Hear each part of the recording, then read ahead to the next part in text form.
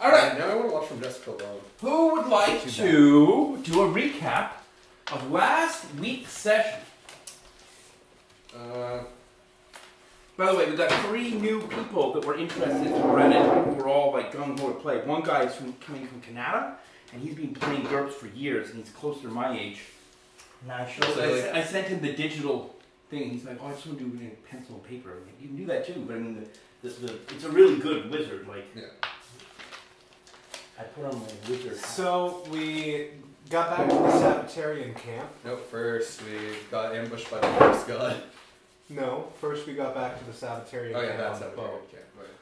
And then we met Boris over here.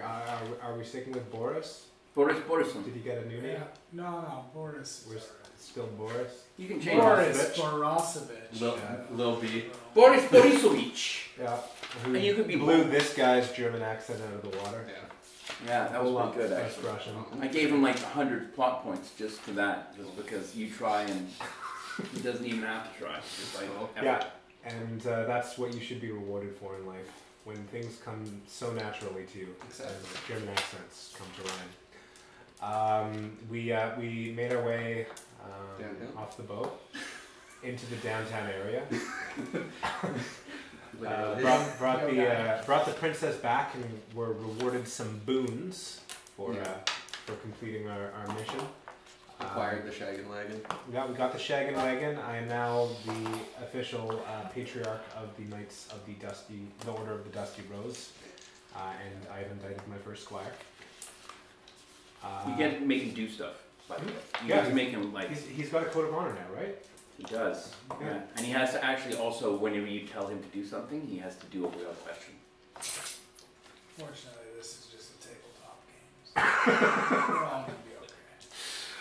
Oh no, we every 4 sessions we have a live action role play. Yeah. That session, yeah. Fix So my car. so that's the one. That's the one where you have to wear like the outfit. Yeah. The new guy always wears the outfit. The new guy wears the outfit. Yeah. It's got like a zip over the mouth. As is tradition, as has always been done. We left the city, and we're making our way home when we found Mr. Forest God. I've got his name written down here. Agronus?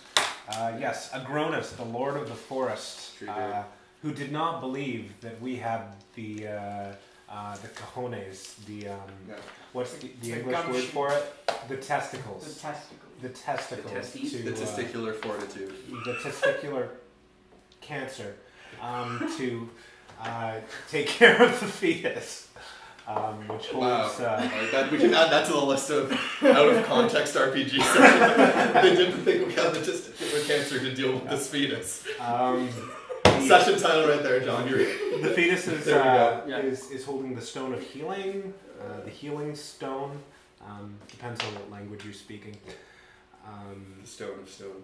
That's the one. The Stone of Healing? And we found out that the, what was it, the Well of Evil, the Cauldron of Evil? The Cauldron of Evil. You don't know if it's a literal cauldron or a metaphorical cauldron. I don't think it's a cauldron as in like a cauldron in which you cook things. I think it's like a cauldron as in If a it's place. not an actual cauldron, I'm going to be very disappointed. It's a metaphorical cauldron. It's like the reverse Holy Grail.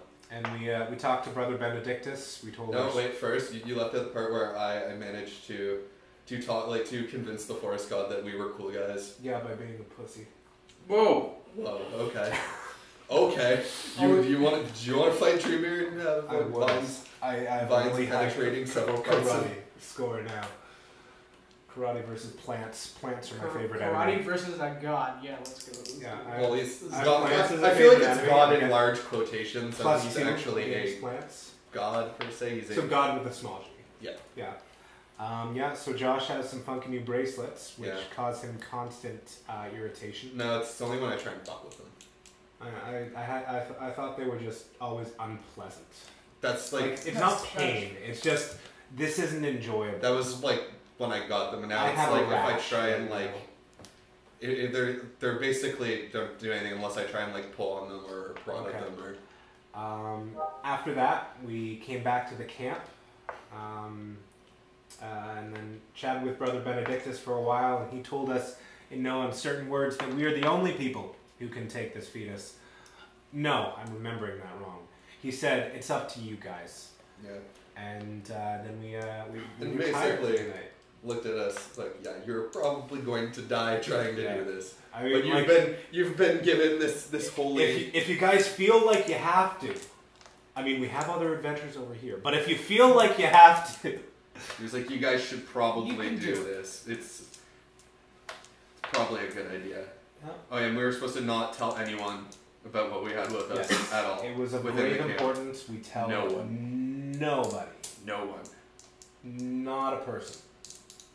Who would that? Well, you can talk to my spider. My spider's not a person. His name is Gui Gui Gui. Great. He's about yay big. You should probably He's read. actually a little bigger He's now. bigger now. They grow pretty quickly, Can I get a rapidly. measurement on the spider? A measurement? Can I get an accurate measurement on the An spider accurate before we measurement. continue? on the Yeah, spider? 2.23611 repeating inches. Okay. I feel like we can continue Yes. Well, that's kind of around where we ended. Just don't tell anybody. Don't ask, don't tell. Do what you need to do. Nibbas for life. Also, that we should probably bolster our forces as well. Yeah, and we need to talk. But to, we can't tell anyone. Yes. We do Well, need to talk to Faustus yeah.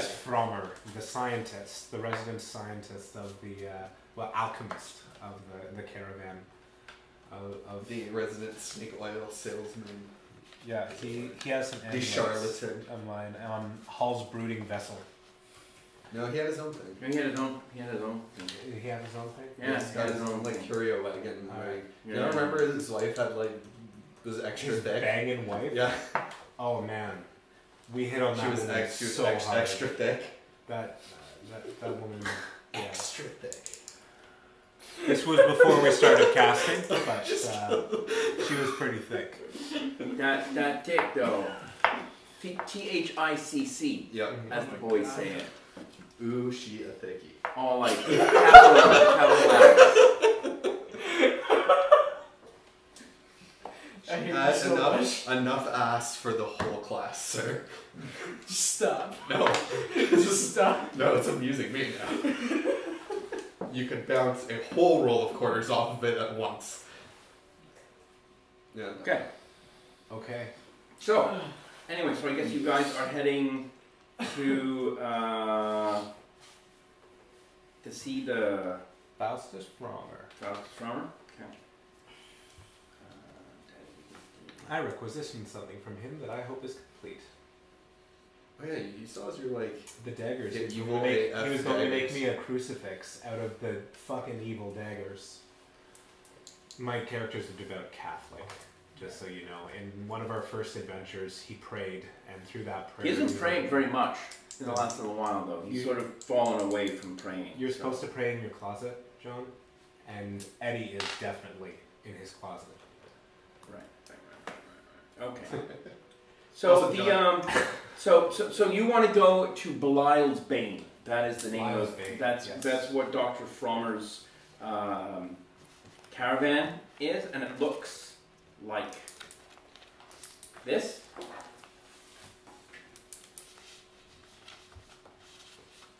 It looks like that. It's like a crazy like castle on wheels, basically.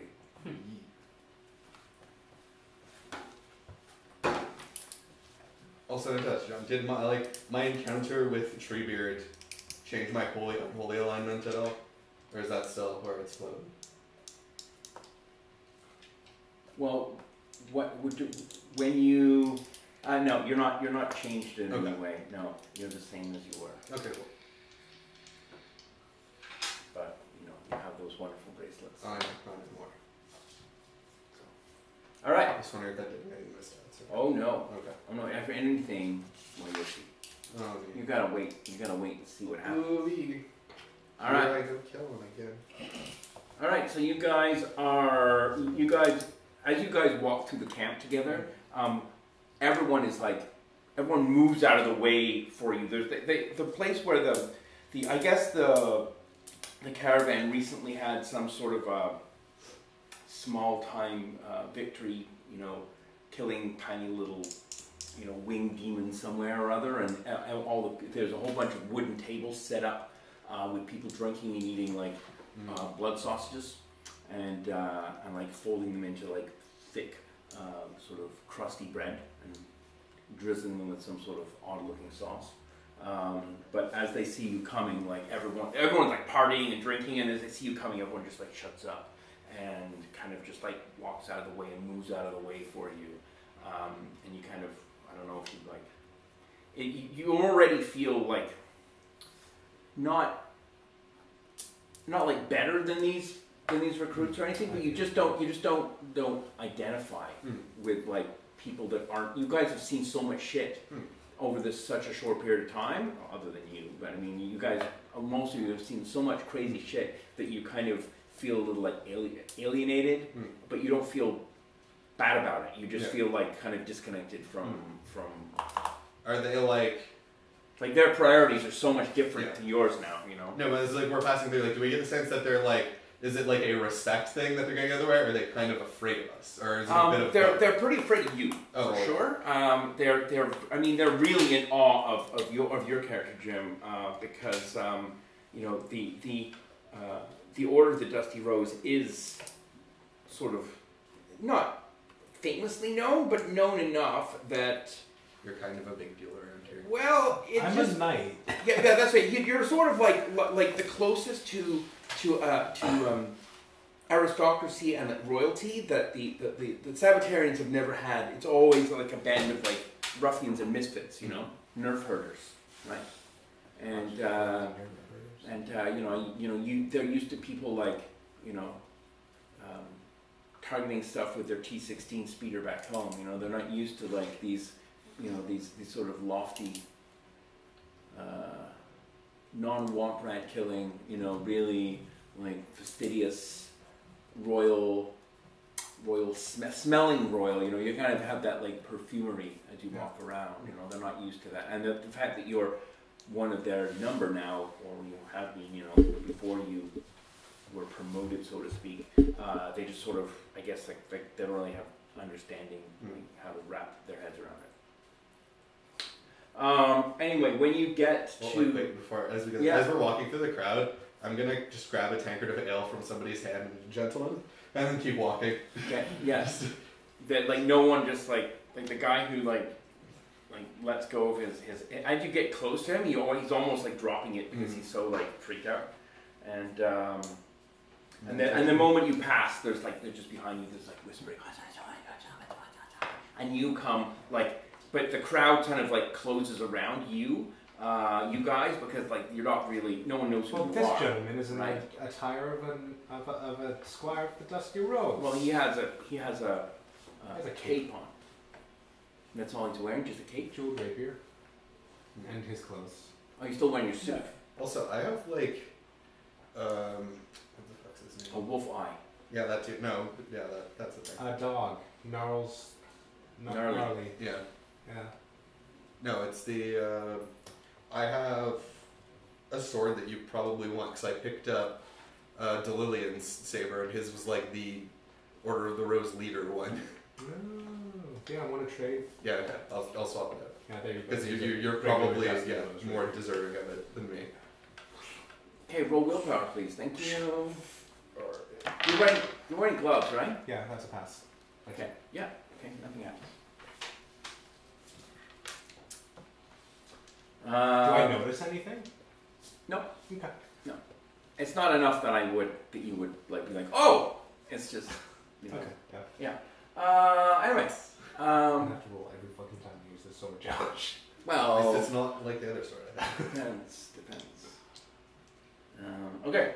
Anyway, so as you get close to Belial's Bane, you can see that there's 2 or 3 chimneys that sprout out of the top of this caravan, and one of them has this crazy like pink smoke, and then it turns purple, and then all of a sudden it turns black. And then you see that the chimney kind of like starts shaking and like jumping up and down in its housing, and all of a sudden like it just goes.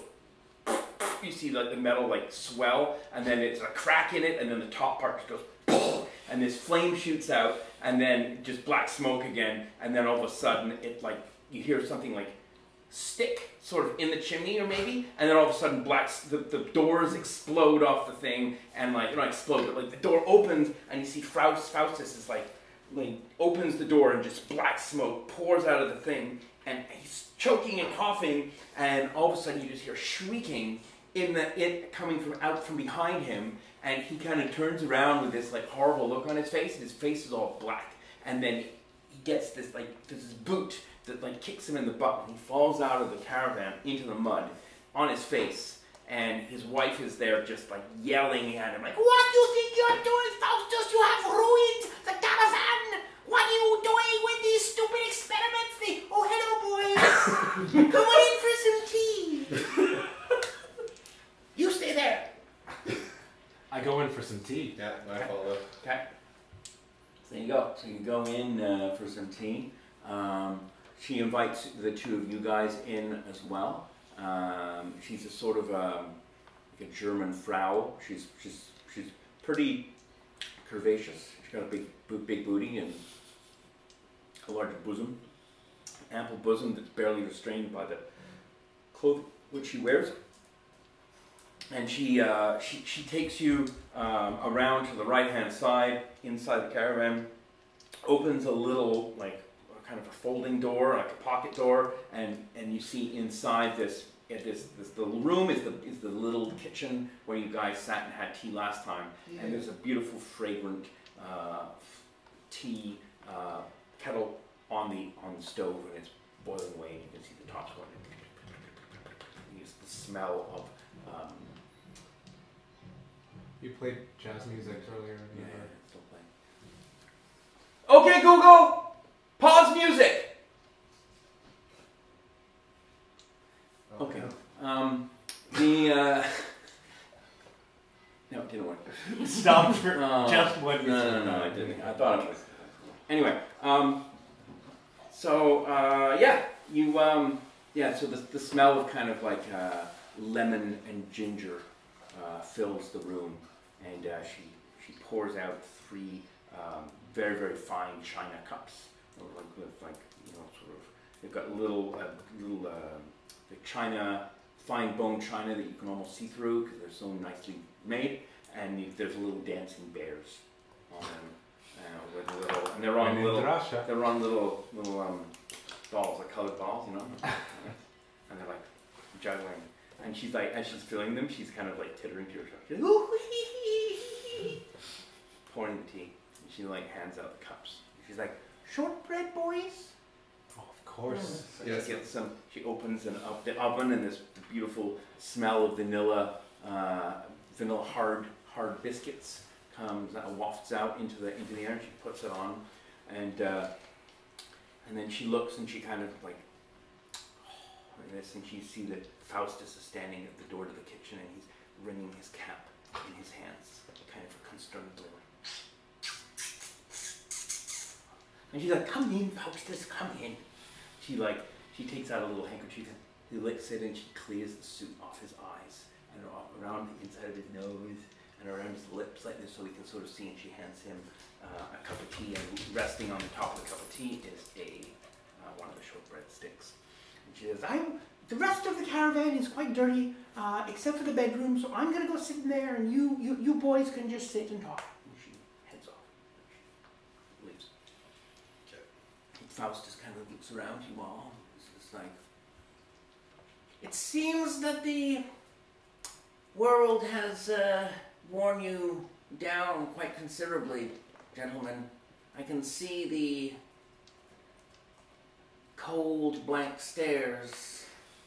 That's all right. It does go away in time. Please do stay in the camp for at least a couple days, if not a week or longer if you can. I don't know what you're here for, but I can tell you that if you don't enjoy the socialization aspect of the the camaraderie, it's going to be the end of you. You'll be lost. You have to remember what makes you human. Most of you makes you human, Well, so we have quite the pressing matter. Oh, I see. Well, can you introduce me to your new friends first before we shock me ridiculously once again? Please. What's your name, sir? My name is Dr. Boris Borisovich. Borisovich? Borisovich. Boris Borisovich? BP? BB. Have you've written some scholarly papers, have you not? When you were at university? I have tried to get my works published throughout the world. Yes, I have read many of your papers. They are very, very astute. Really? For someone who does not have much grasp on the true workings, your research is without a doubt excellent. I am very, very pleased to have you here in my caravan. I'm humbled, in fact. This is fantastic. I have some books for you. Remind me to give you some books before you leave. They are lost on everyone here, but I think for you, I think you will appreciate. You have a fine brain, my friend. Thank you. You're welcome. You're welcome. I'm looking forward to seeing what the real world has for magic that I've studied for so long. These books that I have for you, I believe, will give you some insights. What you say? You understand? Yes. Yeah. This tea is quite good. And you? I am Odan Mesarosh. Mesarosh? That is a very ancient name. We brought him from the past. Of course you did, of We'll course. have to tell everyone our business. This suit which you wear is very, very fantastic. What does this do here for you? You cannot walk, you crippled? You needed to walk? You needed to move around? I don't look down. Are you a little girly man? You need to... It You need to- enhances strength. What makes you normal? No. I can walk perfectly fine. Oh, this is... What? Oh, okay, so it's just for fun. For battle. For battle? Oh, battle man! You were battle man! I suppose. He Oh. calls himself the Tinkerer. Oh, You I like... called me. I like Battleman better. Battleman 1. You're like a man of iron. You know, like a man of Iron Man. You have suits, makes you strong, like little not girly man. Yes. Yeah, it is good. I will talk to you. I think I have thing for you too. I think. Thank you. I think. I'm just kind of thinking out loud. Oh well, I was speaking to Magosh. Odan Mesarosh. Mesarosh. I will remember that, not really. I will try. Battleman is his name. Boris Borisovich, I will never forget him. I have his papers right here. He pulls down like this bundle of papers, and they're all like stuff that you've written from years ago. Like, and there's some of them have got like notes written in the margin and different things. So, pressing matter. And is he sitting down? Yes, I will sit down. Sit down at the couch. Nice one to sit there. I am sitting. Show fetus. Oh, why is that in my caravan? It's the stone of healing. Yes, well, the stone of healing. This is just a myth. This is not real. This is... Well, I mean, we haven't opened it yet. Well, don't. Oh, are you crazy?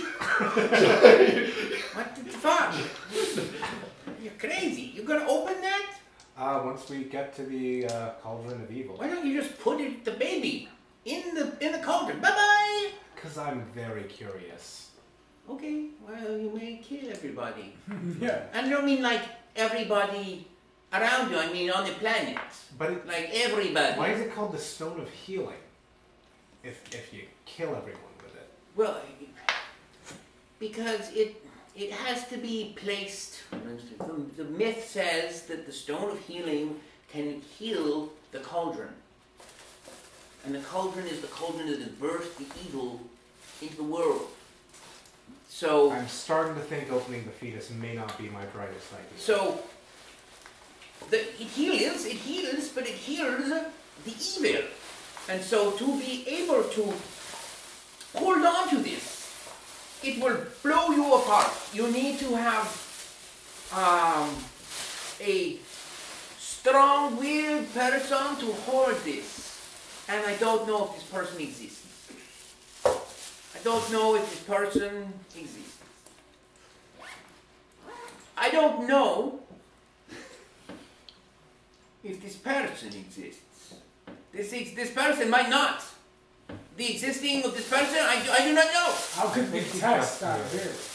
How could we test our will to see if one of us is capable of this? Or you could stick your hand into the fetus and grab the stone. And if you turn into ash, then you are not good enough. You are dead. I mean, this is how you test, but I am not willing to risk my life. I think out of everyone here, you are probably the strongest willed person out of all of us here. Actually, my will's 14. Actually, I'm just a young, naive scholar. I don't. There's no way I would reach into this bag. Yeah, I would not do it. I'm just saying, you would, out of all these people here, you would turn to ash the slowest. Everyone under a second, well under a second, but you a little bit longer than under a second. I mean, it's just you know. So this is not the task for me. This is the task for all of you. yeah, you have to come along. I will it. Well, I mean, I don't want to reach into the bag. Well, I'm not saying you have to reach into this fetus. I'm not saying you have You to can do reach that. into his pantaloons and play with his bag. That would be different altogether, you know. I mean, that might happen, you know. it might happen. Yeah, you know. As a squire, it's crazy things happen, you know. Doctor, I commissioned an order last time I was here. Crucifix. Yes. The crucifix. Yes, it is done. It is completed. May I have it? Well, yes. Give me a moment. I'll get it for you. He goes back and he brings back the box that the daggers were in before, and he opens the box, and inside is a chain, like a silver chain, and he lifts this up. It's pretty heavy, like a thick, like wrapper chain, you know, thick loops of silver, and on the bottom is a square, just looks like a frame, like a metal frame, and then he takes and he pushes the sides of the frame, and it goes, and it changes into a crucifix, and then he pulls on the ends of the crucifix and goes, and it goes back into the square. He goes, so you can keep it hidden if you want to. It is quite powerful when it is in the crucifix form. It is very draining on the energy. On my fatigue? You would be very tired from using it for a long period of time. It is very, it's a focus. You can focus your energy through this, and it will impose your will, the will of the light on others. And this is how it will protect, you see? Sorry, is this a brainwashing necklace? Not brainwashing, more like brain cleansing. There's no washing. It's a bleaching, brain bleaching. Brain bleaching. Yes. I can work with that. Yes. So you try it and see how it works for you, and see. It weighs like 1.5 pounds. It's pretty heavy. Heavy. As you take it, I lean toward you and say, Eddie, if you try to use that shit on me, I feel skinny with that. You don't have a brain anymore. You're amorphous. You don't know that. Didn't you tell what Benedict is? Yeah. Yeah. I know that you don't have a brain. Standing there. I'm assuming. From some of the choices you've made. Oh. I'm gonna skin your ass. Don't bring his mother into this. Just keep it clean. You know? Go ahead. So it gives you the. Put it on. Keep it in the square form. Okay. Before we continue, are there books you were going to show me? There are books, yes. He reaches down into like a part of the. He actually leaves the room. He's not in the kitchen. And then he comes back and he's got this like satchel, and it's like. It's like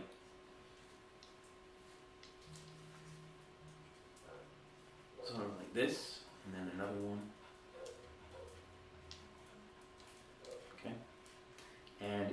looks like there's a frame that looks like it holds 4 books, but there's only 2 books in it.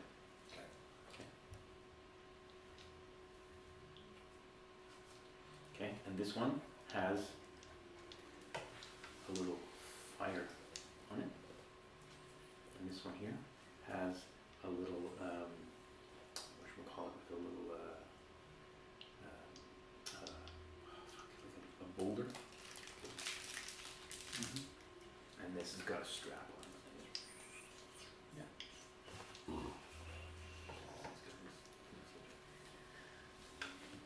it. Okay, so this is this. He says these are artifacts.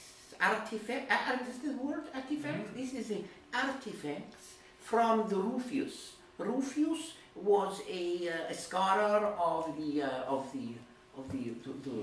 magics, and these are elemental treatises that he wrote.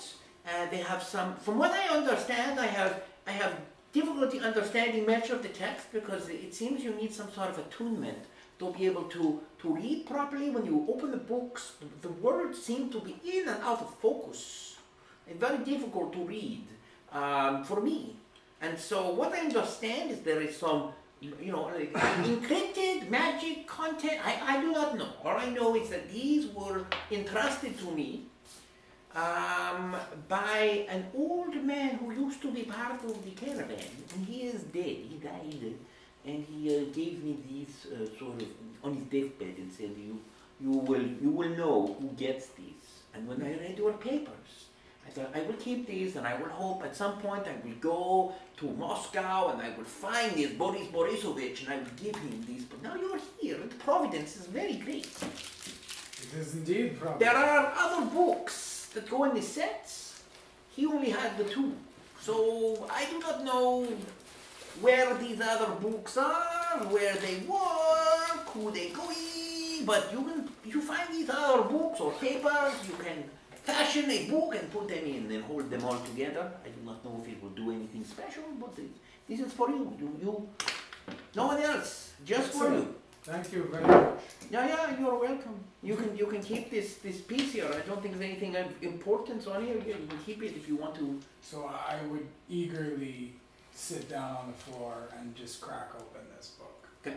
And so I start processing the book. Which book are you going to start? I'm going to start with the flame. The flame one? Yeah. Okay. I'll get to you in a second. I'm going to roll up my sleeves and ask him what the hell's going on with my wrists. Well, I mean, it's about along the path. We ran into this tree-bearded motherfucker. Yes,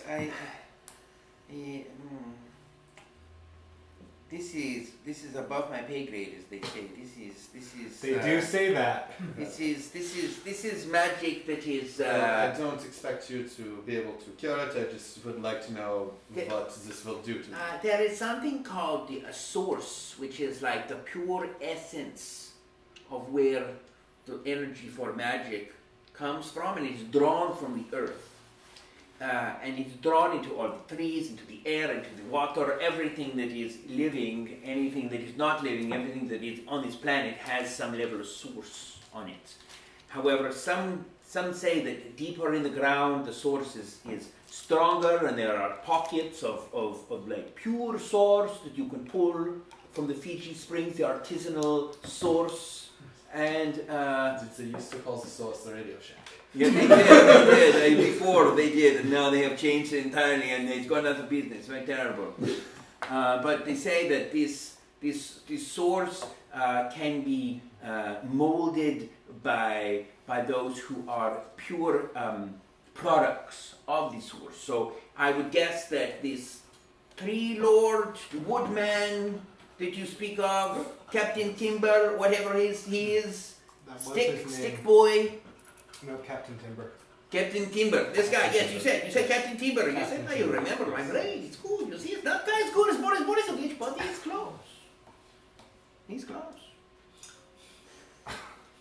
Close, no? How do you? Yeah. Yes, but No, you read, my friend. Breathe and read. But I mean, these people that are from the source, they can mold it to their will. And I believe that perhaps in time, Boris might be able to give you more, might be able to help you even remove, I do not know. But I do know that, you know, if he wanted to, he could probably learn to control you using them.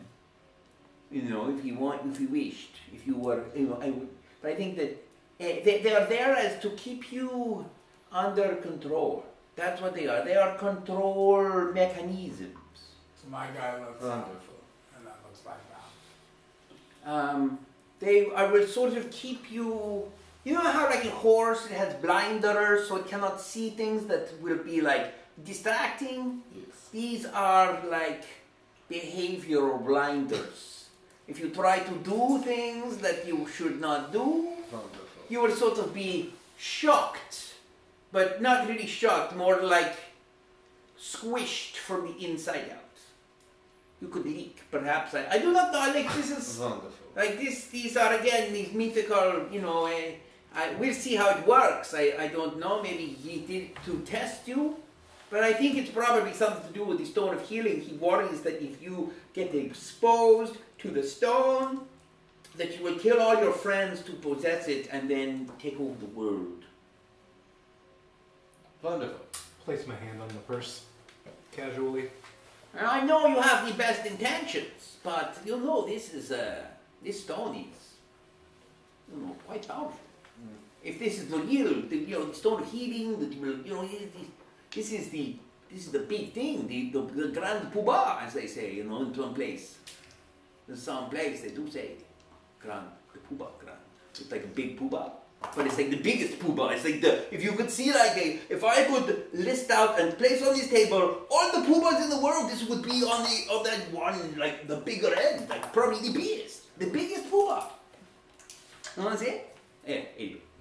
I digress. We're talking about poobahs too much. I get crazy. I get excited. My wife has to handle it. It's not good. Anyway, what we do now? Who else? Who else has question for me? You have a thing for me? You have a question for me? You. My companions say that they worked with a family member of mine. Well, you wouldn't know that. Because you wouldn't know that Igor was under an assumed name, and What do you mean? Assume that. he wasn't. Person? He didn't. Supposed to Mesero? Yeah. Right. Yeah, and Well, my character wouldn't know that, so I'm just assuming. oh yeah. like, Okay. Yeah, we worked with his great niece. Yeah, but she joined us. The king hired her. I know. Okay. Yeah. This guy doesn't know. This guy never met her. Okay. This was outside of your time. You never met her. She was a dog. Yeah, there were other people with you. There was a scout, a wolf scout man. Yes, he crippled my arm. He probably was first shooting lots of arrows at once, I would guess. That seems to be the kind of thing he would do. That was One the bow, thing lots of he was arrows. doing. There was someone else as well. Igor. We saw him again recently. He was the big yeah. man with the big sword. Stupid. Yeah. Super stupid. It's bigger now. It got bigger. What did? His sword. Oh, good. And him. Oh, he's bigger now. He's much bigger. He has been turned into some kind of golem. Golem is the word I would probably use there. I mean, I have not seen him. Next time you take selfie with him or something, or paint a picture. I will draw. I can draw. I will draw a picture. Which one is Yes. a jar without you? I can draw too. You are a drawer as well. Well, just one you draw, We'll the other one together. can, Okay. you know. I will draw you finish drawing it. him. We'll do sketch off. Oh. You're going to roll now and draw it for me? Sketch off. Whoever passes by higher draws a better picture. Yeah. Chin. I pass. That is 8 on 9. 7 on 10. Ah, darn. Oh, yours is definitely better. Yours kind of That looks is like true. Stickman. It is a stick man. Oh, I figured that would be the this easiest one way looks to say very it. good. I like the sfumato clouds that you used around his feet. That's very good. Yeah. I figured a stickman because Incorporate the Kiaroskiroshi. just look how tall he is compared to this other stickman, though. Look at Yes. he's a lot bigger than the other stickman. Oh, okay. The size is good. The size comparison is good. Could you put banana in the picture too, so I can see? Ah, it's good. The banana. You like banana? Here's the banana. Oh, wait, hey. Oh, that looks like a dick. Sorry, I have other things on my mind. Obviously, you spend more time with your squire. I think he can help you with these things. No, banana. It's now what's called a brick shithouse. Does it go like? Does the banana like have the the angle of the dangle angle? The angle of the dangle. It's like banana. I don't know what we're talking about anymore. Is there anything else you need of me? I He said think he had that's. mods for you. I might He said have he had just. mods. I think that's. You gotta go to the- Yeah. I If you're like think the that's. engineer or whatever for that. I think No, this guy that. said Huh? at the beginning of this encounter. What? No, he said he had books for me. He had books for you too? Yeah, that's what he said. No, he had something for you. He had Books, something. not books for you. What think would it's be the mod. safest way to transport the fetus? We already had one powerful entity attempt to take it from us. There will most likely be others. Yes, I was talking with the bishop, and we've been speaking, and we believe that you definitely need some more friends to help you on your way, I think. You have to make your way downtown, moving quite quickly. It's moderately brisk. And moderately brisk, yes. Let's go. Where did I put this thing here? One second.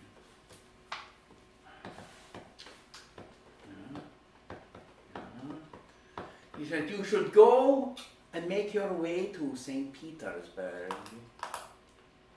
It's a big place, guys. It's quite a No, journey. really. Quite a journey. I would say it will probably take 3 weeks or longer. But you will go to St. Petersburg. You need to find one of my friends. I would say he is sort of my mentor. Like he calls me his equal now, which I'm very blessed to be. But you will want to speak to him. His name is Dr. Octavio Bubri. Bubri. B-U-B-R-E-E. Bubri. So once we find this, just to shorten this, we'll call him Doc Ock. I'm sure you can call him this if you wish. I think originally his name was just Dr. Bubri, and he added the Octavio when he moved to Italy about 10 years ago and was doing crazy experiments. Like he was cutting up people's bodies and then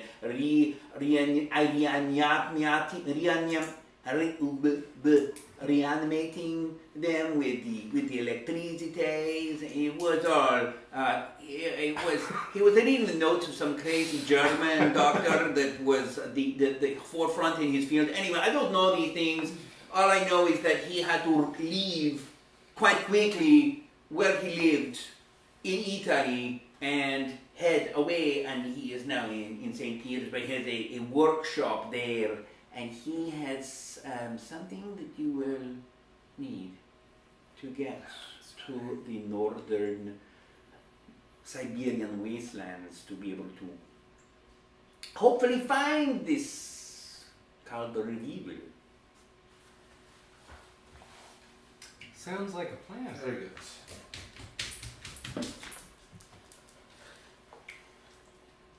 Well, gentlemen, I suggest we get some breakfast and start planning our journey. Before we leave, you said you had something for me. Oh yes, I have this here, and he like pulls out this box. It's like a crate, I guess, not too big, maybe like 3/4 of a foot high and like 2 feet by 2 feet. Like, and he's got all these weird symbols written on the wood to cover, and he jimmies it up and he opens it up, and inside there's a bag of like cogs, and then there's like a bag of like little pistons, and there's like a bag of little like other components, and then there's a pile of plates, like thick sort of metal plates, and they've got rivet holes around the edges to like attach them. And there's also another box that says like it's got like this symbol on it you haven't seen before. It's like this.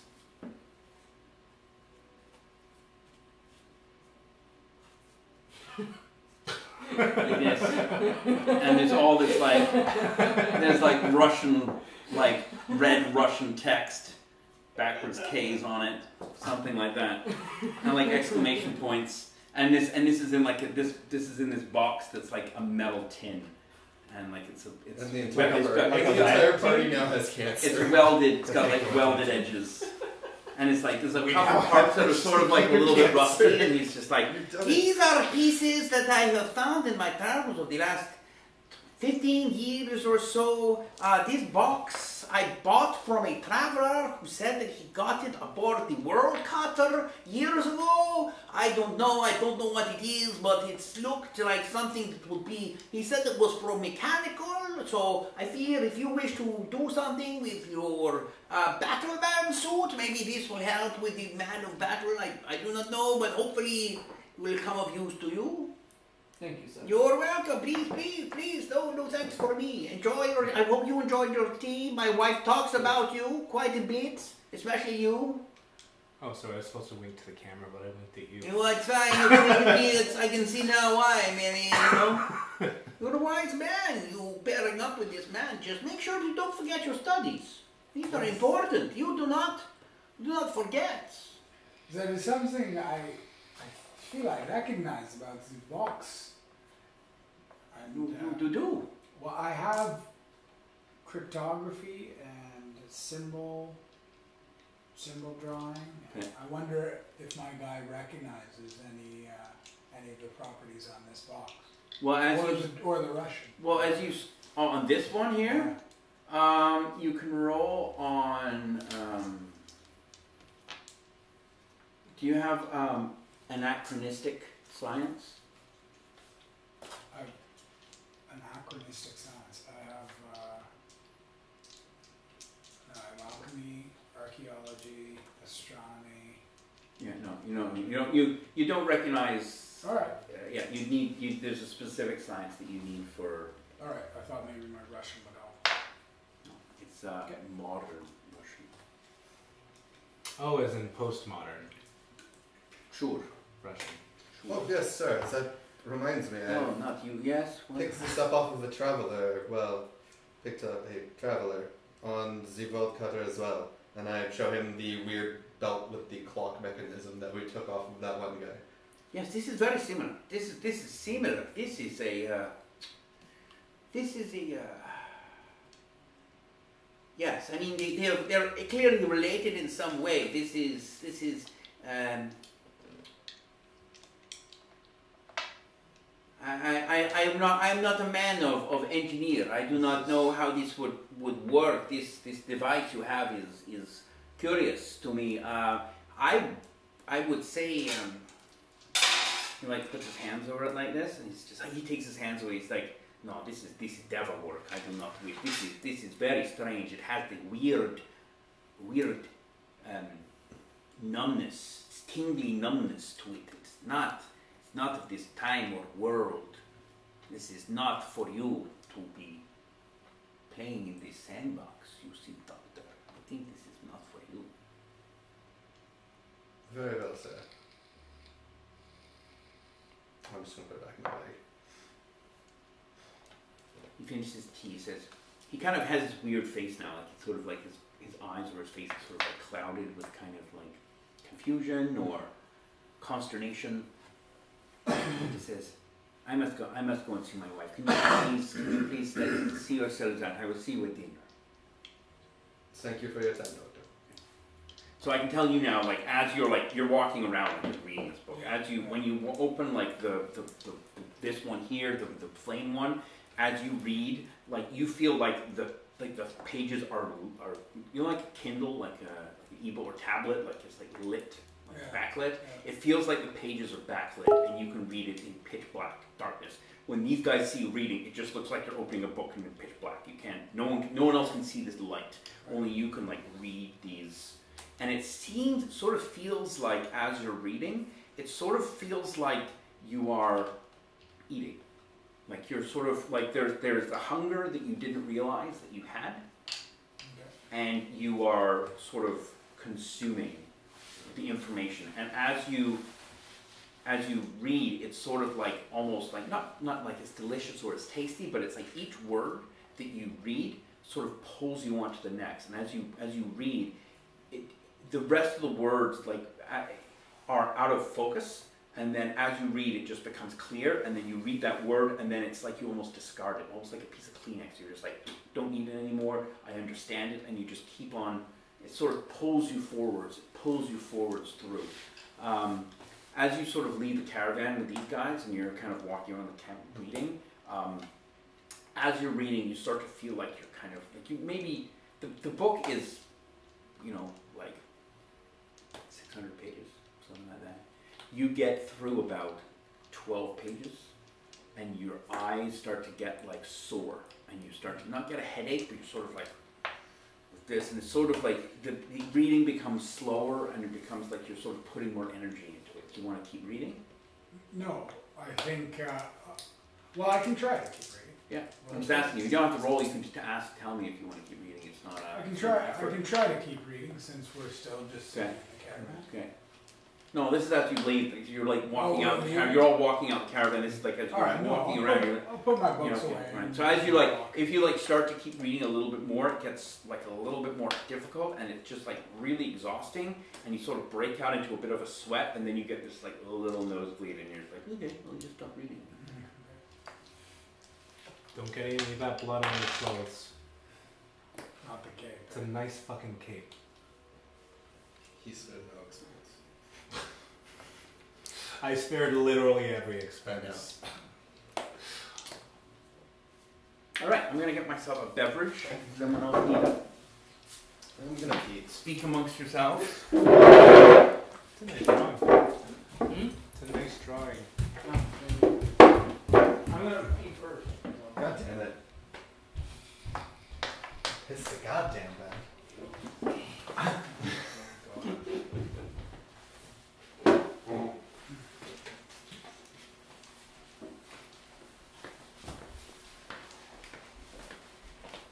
Yeah, I think we should probably rest up a few days before we head out.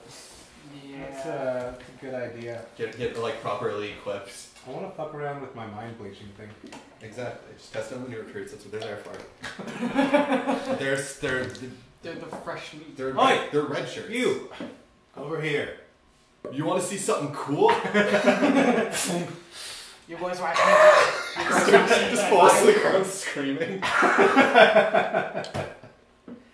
Hey, any of you kids want to see a dead body? Stab one of them. What? What are you gonna do? You got nothing. We got balloons down here. What are you quoting right now, Josh? What are you quoting? Any of you kids want to see a dead body? Yeah. Fuck, I don't remember what I'm quoting. So I know it is from something. Yeah.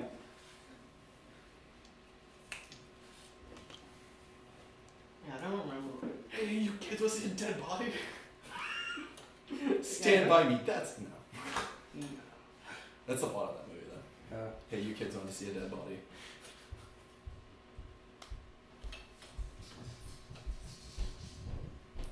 No, so it'd be something you do. Like, hey kids, you want to see a dead body? Then you point at me, and then they'd be like, "Fuck off, Eddie." Enough of your bullshit. Won't heal you anymore. The Simpsons. Yes. Okay. What episode? The Halloween of Horror where Huckleberry Finn? Hmm? Huckleberry Finn. Yes. Halloween of Horror. That's.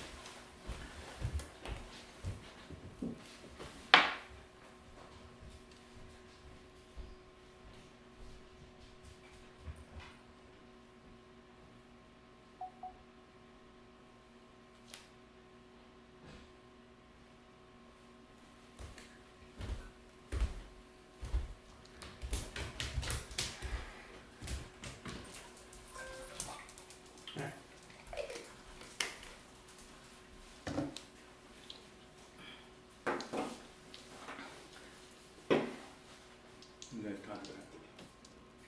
Hi, Lucas. Hi, Lucas. Hi, Lucas. Hi. Oh, yeah? How'd that go? What do you think? Having fun so far? You learning a lot? Yeah. Learning a lot of magic. I mean, I assume. Oh yeah. Start that. Just try it. Find an old deck and start playing.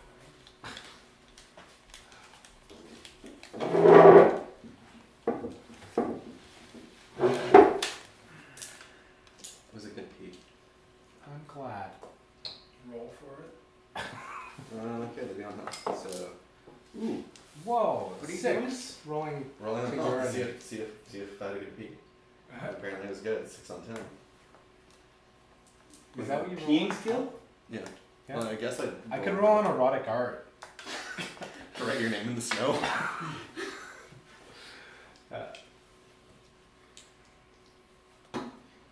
So, you guys kind of like walk out into the camp,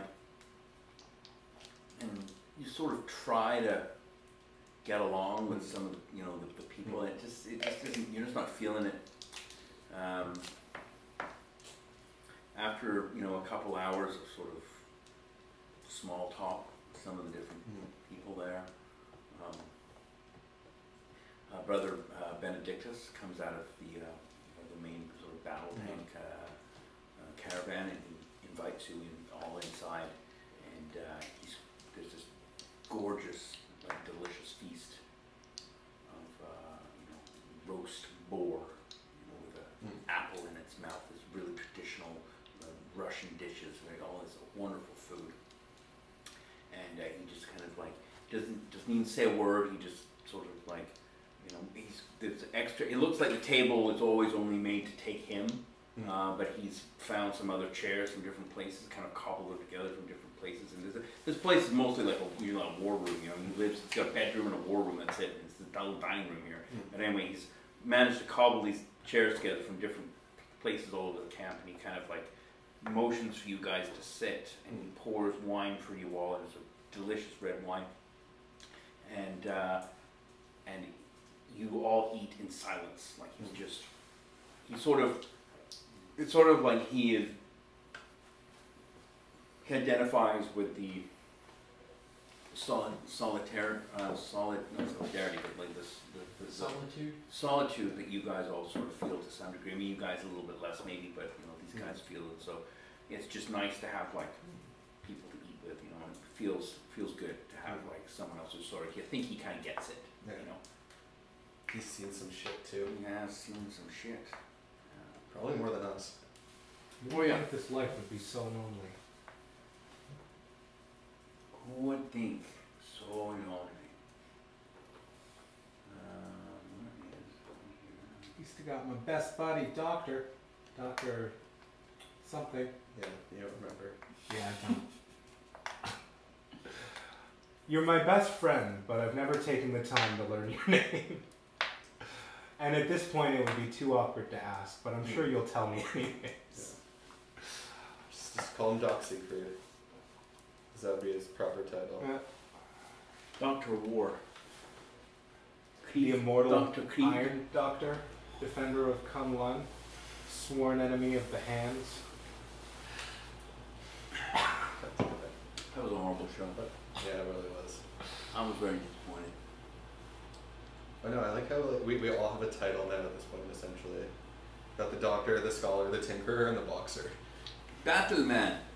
Battleman. Battleman. Coming soon, theaters near you. One man dragged from the past, away from his pervy uncle. One man. I mean, he wasn't pervy. He was Look just. young. I don't know. Well, he did it in his spare time. Technically, I would know since I But- spent several. Well, decades you don't really see it. You just saw it as normal. Other people, everyone else saw it as pervy. Like when he touched you at night, that's not normal. I mean, that's pervy. It's- but you were just like, It's that's all you It's do. a family tradition. Exactly. Yeah. Paravians, the runs in the family. We are all creepy motherfuckers. That's why you had to build the steam-powered arm. Yes. It was originally on this big machine that looked like this, and he just removed it and made it into something else.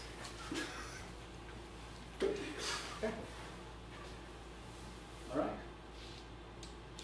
Those cold Russian nights. Actually, I think they need quite a warm Russian night. Yeah. Wait, I get it. Brazilian night. Yeah. The full Brazilian, yes? Yeah. That's is me. Alright. So what are you guys gonna do? What's your plan? Well, I think we're... You guys have to like work out where you're gonna go. We're gonna map Oh, crap. Russia and we're decide gonna, what I you're think gonna we're do. gonna spend a few days at camp just sort of getting our bearings and restocking supplies and just steeling ourselves for the seemingly impossible journey ahead. Good, good. I would also like to actually upgrade my armor. I would like to see how much of this book I can get read before we take off. When you're not reading, I would like to tutelage you in the arts of my ship. Okay, cool. Okay, well, I'm also going to...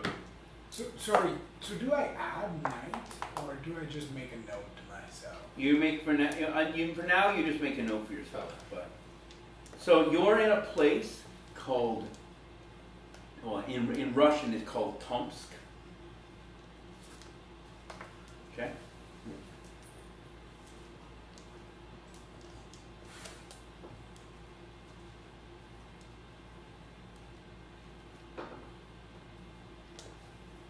So I'm going to go see the quartermaster about that thing I ordered from It him. is 51 hours driving.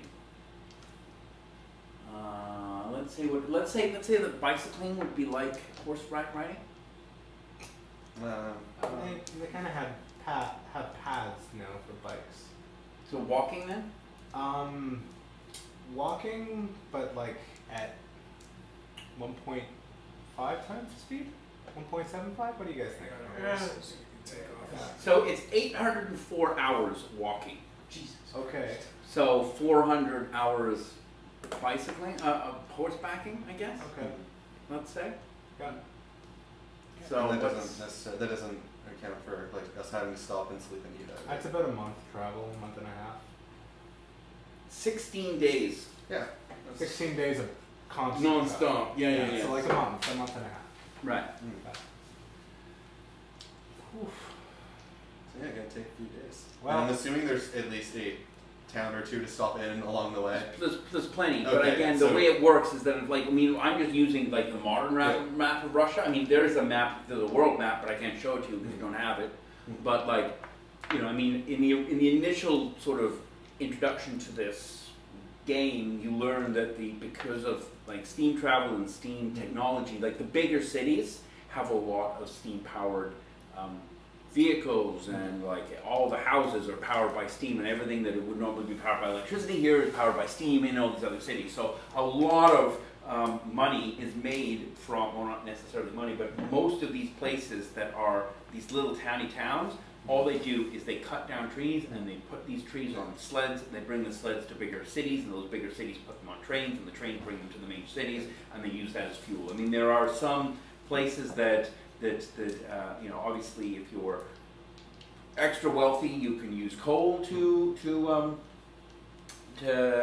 fuel your various houses and vehicles and so on.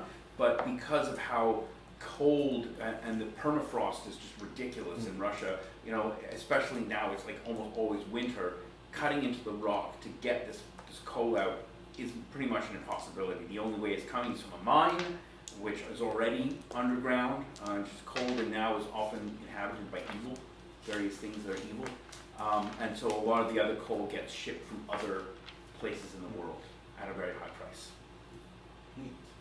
So yeah, it's kind of up to you to decide, you know, how you're going to travel, but...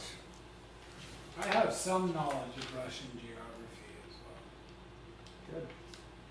And I spent most of my formative adult years backpacking across North America. This does not apply. Yeah, it's gonna get It's cold in Canada. it's gonna get a touch colder. So you have 3 horses. You have a horse. Yes. How are you just going to travel in the shaggin' wagon? Is that the plan? Yeah. For the time being, anyway, unless we can find like a train route or something. Where's along my the way. land? Your land is like up north. Okay. So we can stop there on the way to the cauldron, maybe? Yeah. Okay. Yeah. Cool. So we have Yeah, an that FOB. Yeah. Neat. Yeah. So I would probably suggest that you upgrade your horses to like pack horses. As of right now, you have like Arabian style horses. Like they're not made for long distance travel. They're made for speed. They're fairly well rounded. They're kind of like all season tires. They're all season tire horses. But you know, if you're gonna be, you want like equivalent of like Shetland ponies, like something that's a powerhouse that can walk for a long time and pull. Some goddamn Clydesdales. Yeah, you need some like significantly big. Some war horses. Yeah, that's what you need, man.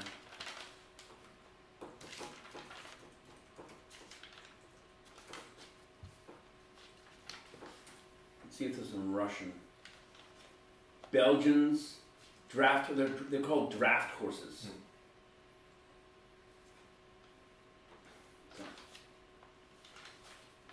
Yeah. We can get some horses, but they need to look majestic. That kind of has to be on the table.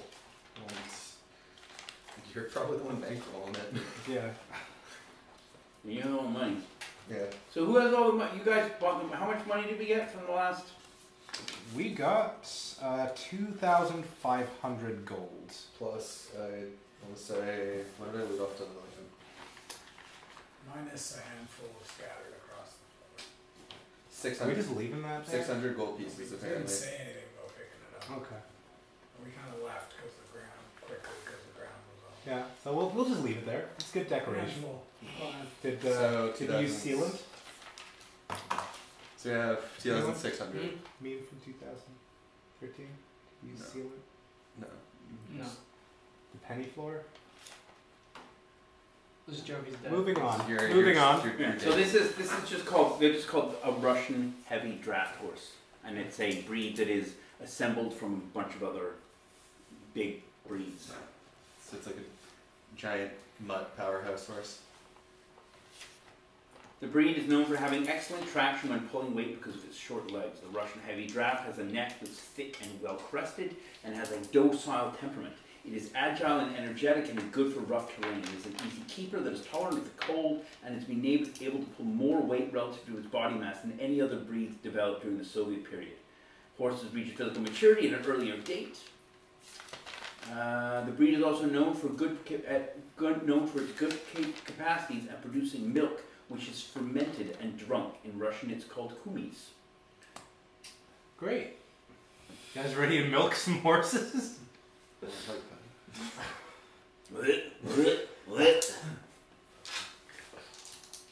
I think we let Battleman take care of this, yes? He is good and he is natural at the... I do have He's animal got the hair. arm. He's got the pneumatic breeding arm. Yep. So Ruben, what kind of stuff are you designing for yourself? Also, I'm gonna give him the shotgun because my character doesn't really know what to do with it. You'd probably You know. used it once. I did, but again, I don't really know It's the heads or door. tails about maintaining or properly firing it. Okay, so what do you want to do with your... I was gonna So it comes with right add. down. There's the shotgun. It comes with 6 regular shells and 6 red shells, which we're only operating under assumption as to what they are right now. Okay. So Sorry, I, well, want, 5 regular shells because I used one of them. I wanted to add like Or no, another 10 arm each, sorry. to the Another arm. So we have like 2 arms on one side?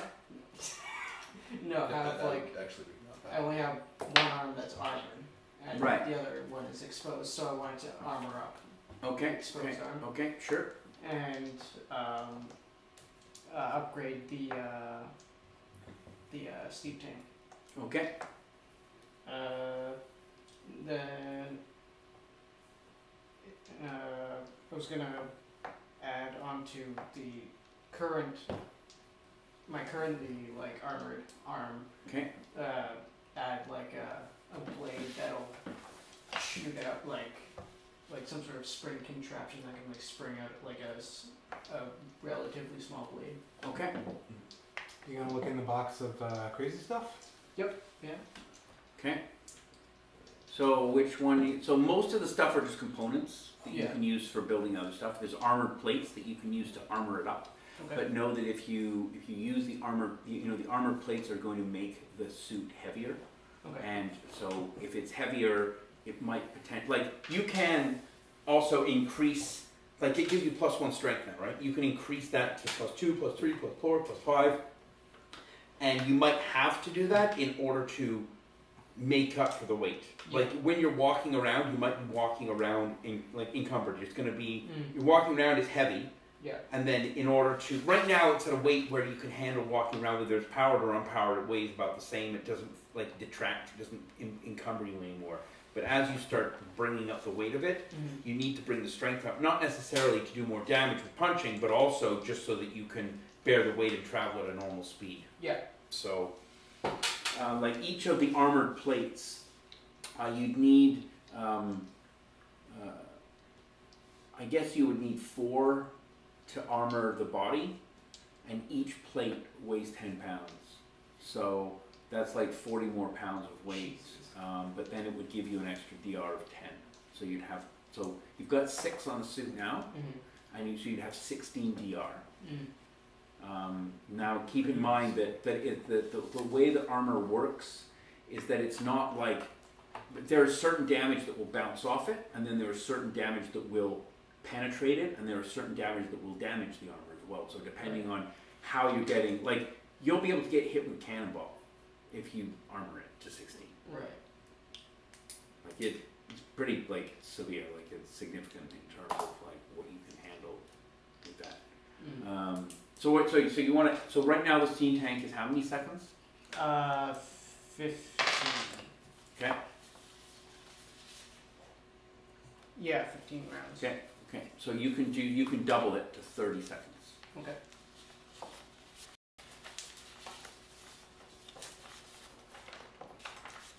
Instead of horses, can we all ride Ruben?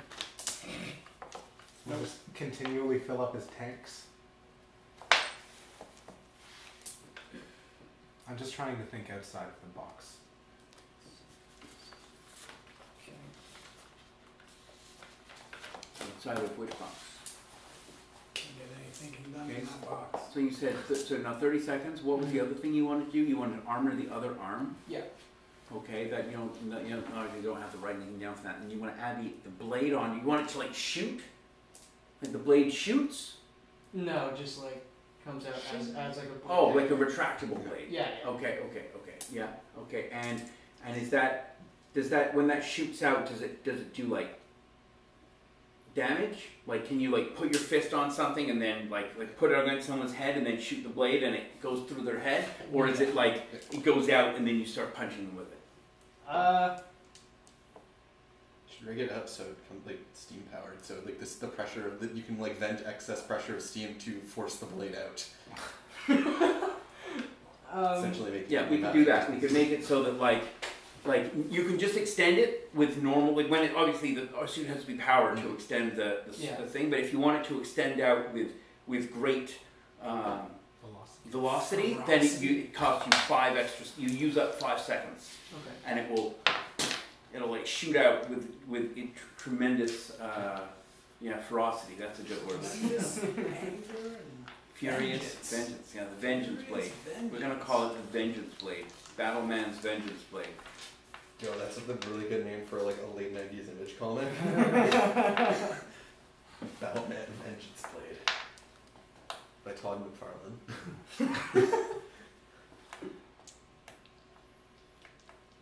Are you gonna armor it as well? Are you gonna armor it as well, or not? It is armor. Well, it is armor now, yes. But if he can add armor to make it. I think like reinforce it. Yeah, to reinforce it, to take more. Yeah, okay. to add the plates. Remember, there's 4 plates. Yeah. You can, well, there's more than 4, but I mean, there's 4 plates. And yeah, if you put 4 plates on, then you get an additional 10 DR. So you like 16 damage is what you could take before. You have to take over 16 damage to actually hurt yourself inside. Huh. So if someone does like 8 points damage, you know, like if someone swings a sword at you, they're not going to hurt you. If somebody swings a hammer at you, they're not going to hurt you. Like they might knock you down, but they're not going to hurt you because you just bounce off. And then you just like punch them. But then of course it weighs more. So Yeah. like I don't know what kind of, like if you're trying to make a character that's like agile and fast, or if you're trying to make a character that's like a tank, or like I don't know what, like if you were playing a role-playing game and you were playing between like different classes, like what would you be making? Are you be making more a DPS, or are you making more of like a tank that takes damage so that everyone else can? Because tanks tend to do a decent amount of damage as well, but they also obviously like we're just talking video games here just to make it easier if you don't understand. Like you know, obviously if you're going to be taking a lot of damage, you'll be taking a lot of the aggro away from everyone else, and everyone else, like you know, Eddie is doesn't wear almost any armor, but he's got you know very, very strong, powerful punching that he uses. So you would be in the middle, kind of like being a magnet for damage, and then like you know smacking guys and hurting guys. But for the most part, other people might be doing more damage than you are. I don't know what role you're looking to play in them. Well, I was looking to be more of like Balance? yeah, more just like just high DPS, more or less. Okay. Focus on that. Yeah, I would consider not armoring your other arm at that point. Okay. Well, just because anything you add onto the suit is going to make it heavier. Yeah. And so if you're not going to be increasing your stats to handle the weight, it's going to be slower, right? I mean, you're going to be, if you want to be doing DPS, you know, I wouldn't add a blade. I would add guns, or I would add flamethrower, or I would add something that's like does damage. Right? I mean, a blade is just doesn't really do a lot of damage, right? I mean, it's a single. You do have the shotgun that you can take apart and try to reincorporate into it. Yeah, you could put the shotgun on it, for example, and shoot with that. You know, you want to be. I mean, you could add armor as well, but know that it's going to make it. It's definitely going to make it heavier. So. Anyway, I'll let you think about it. I guess I don't want to spend like an hour talking about it. So just like just like write down some ideas as to what you might think you want to do with it, and then we'll just have it. You know, you can still have a blade on it, and you can have the extra steam tank, and then from the rest of the stuff, you can decide what you want to do later. Yep. Okay. So what is your plan for the journey?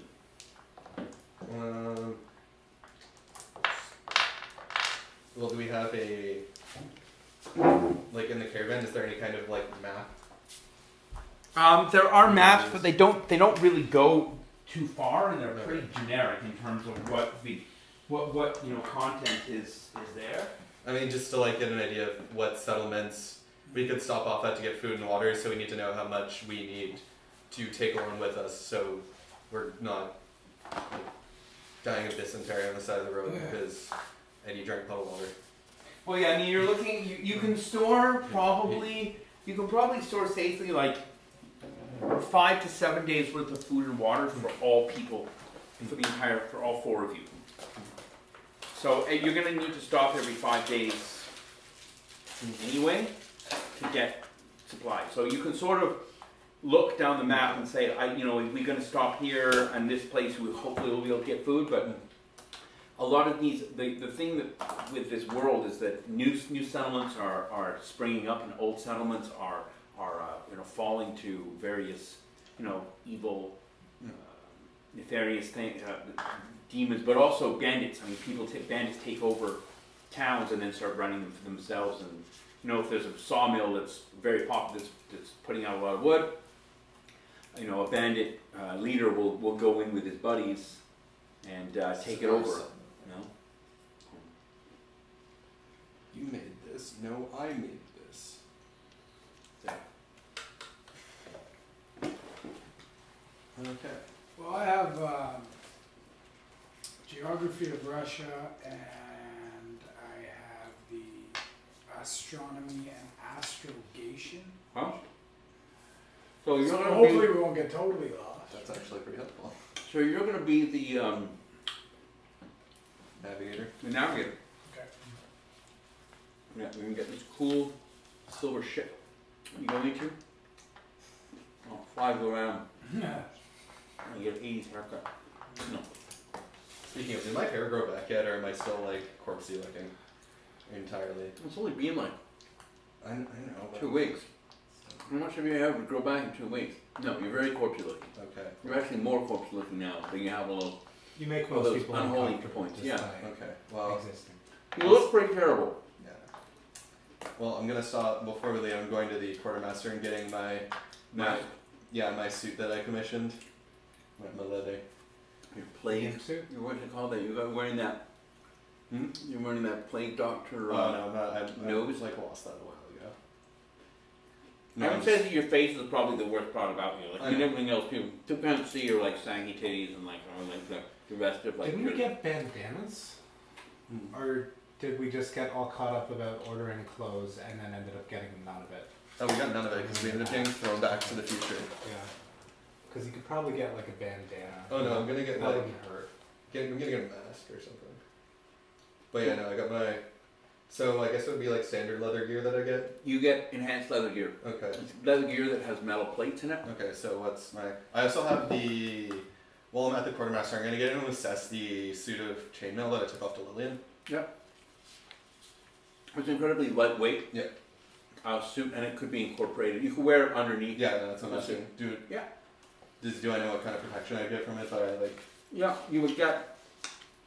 You get 2 from the leather suit, Yeah. and you'd get 3 from the chain suit. Cool. And that would weigh together. The leather suit is 6 pounds, Okay. and the chain suit is 3 pounds. Cool.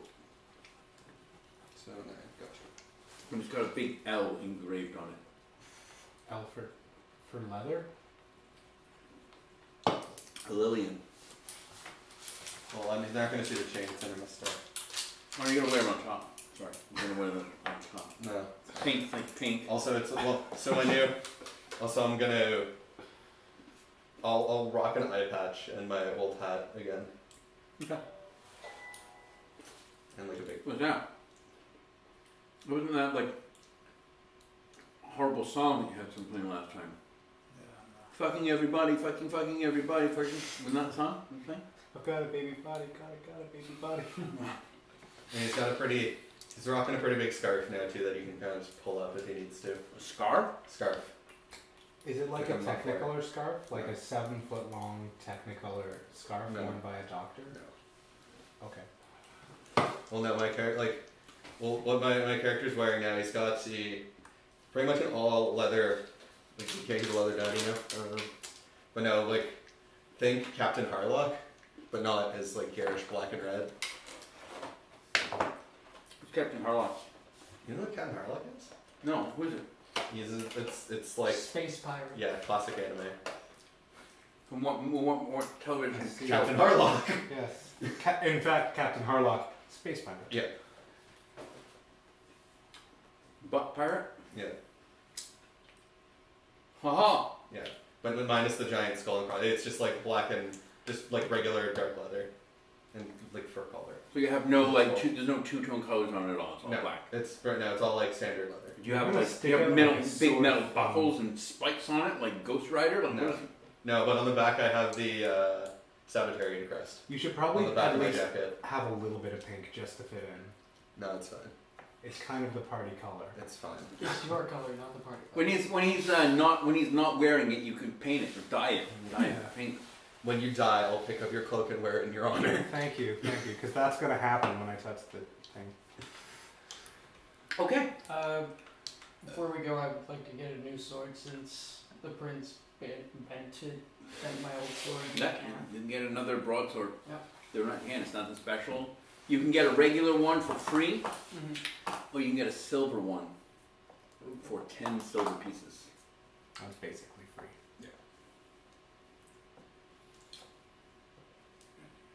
But the silver one would be like less durable, right? Correct. You played Witcher 3. You know the silver's less durable. Also, can I'm I, just making sure. because we're spending a few days here, can I make an attempt to craft the syringe bolts that I wanted to make like forever? Do you have armory, small weapons? No, I have weird science and artist, so I could try and No. draw up designs. No. Yeah. All right. And Let's then see. give It's a stretch. It's a stretch, but what if I designed them and then like Ruben tried to craft them? Because he has Do you have engineering. armory, small weapons? I have. God It's an armory skill. Someone has. I mean, I can tell you that damn it. No. Montgomery Ward has armory, melee weapons, but that won't help. Don't you have thrown weapon? Yeah, I don't have armory. Like it's an armory skill. Yes, but I'm saying, can't you throw the syringes? I know, but I can get a lot better like with a shot. Did you see? By the way, if you, I don't know if you guys are on. If you're obviously on Reddit, there's a subreddit called World Building. Mhm. Subscribe to it. Fucking excellent. Some guy designed a rapid fire, a bolt. Yeah, a pump action crossbow. Pretty cool. I keep walking in front of the screen. I don't know why I do that. I'm just gonna print out my upgraded Montgomery Ward. Oh yeah, he's got new swords. Monty W. M-dubs. The pose.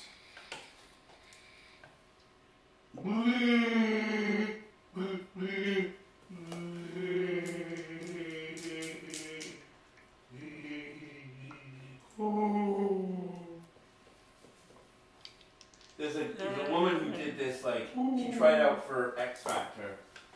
Doing and looking noises? She sung the song from Wizard of Oz, The Lion. The Cowardly Lion song? Yeah, it was pretty bad. Oh, I tell you, I also made Winter Soldier as well. Yeah. Oh yeah. Looking forward to that mini boss. Yeah. Oh, he's pretty. I want to play him. He's awesome.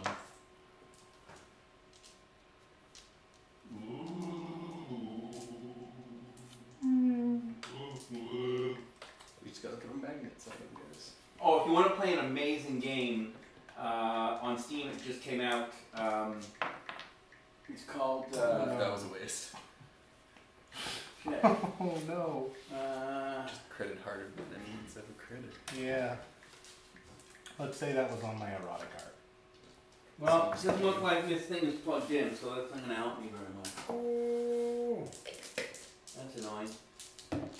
Alright, I'll do it later. He's got some Ruben, do you have that armory skill? some great Nope. skills now. I have blacksmithing. What do you have? Do you have anything in engineering?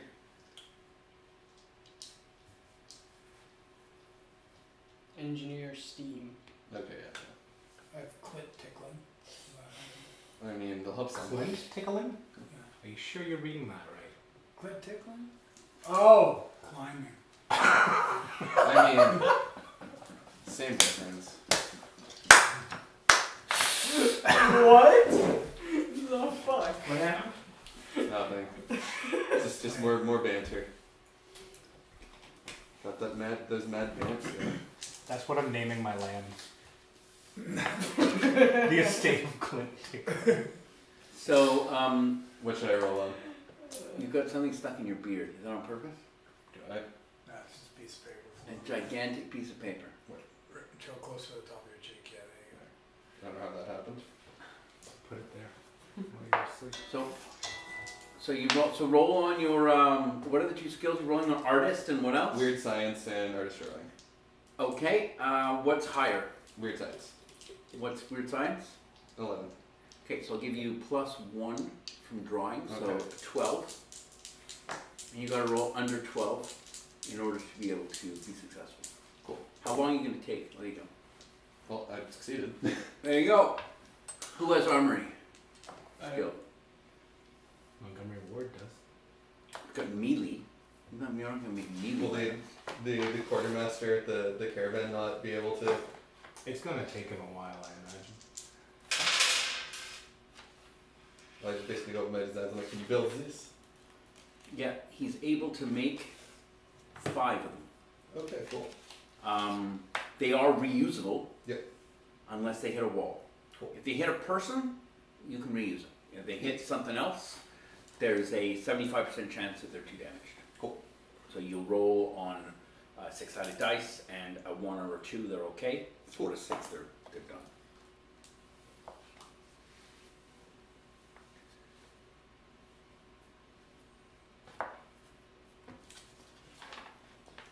Let's go 5s.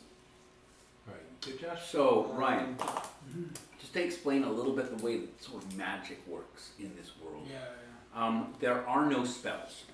Okay. There are, you basically tell me what you want to accomplish, and then I will give you a difficulty rating based on that, and you have to roll under that. And based on how much damage it does or how complex it is, it's going to use more or less stamina points. So you've got, fatigue points. So you've got 10 fatigue points now, and you've got magery of 10, right? You've got magery of 0, and you've got magic of 10, or magic, there's some magic skill, right? You got a magic 9. Right, so right now, it would be better for you to do smaller stuff. Yeah, I figured. I mean, you remember you've still got boxing, you've still got fighting skills. Yeah. I would not. Like, I mean, I know your character is playing like a little bit of like a nervous Nelly to some degree, but I would definitely suggest like, I mean, you haven't really done any combat yet, so you'll get into it. I'm going to make it a slow roll up for you, just because until you get some experience points, so then you can use that experience points to bring up your fatigue, to bring up your different skills. That will then give you the ability to do bigger stuff. But for now, the problem is that if you try to do something that's too grandiose, you'll fail. You'll either fail because you won't be able to roll under the number, it'll be too difficult, or you will succeed and then it'll use up so much fatigue points that you'll be like sleeping in a corner because you're like tired and exhausted.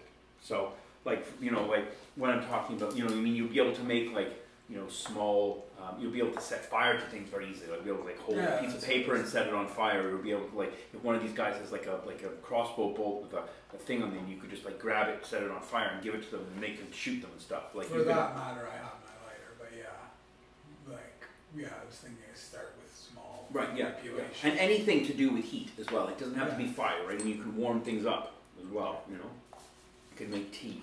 Nice.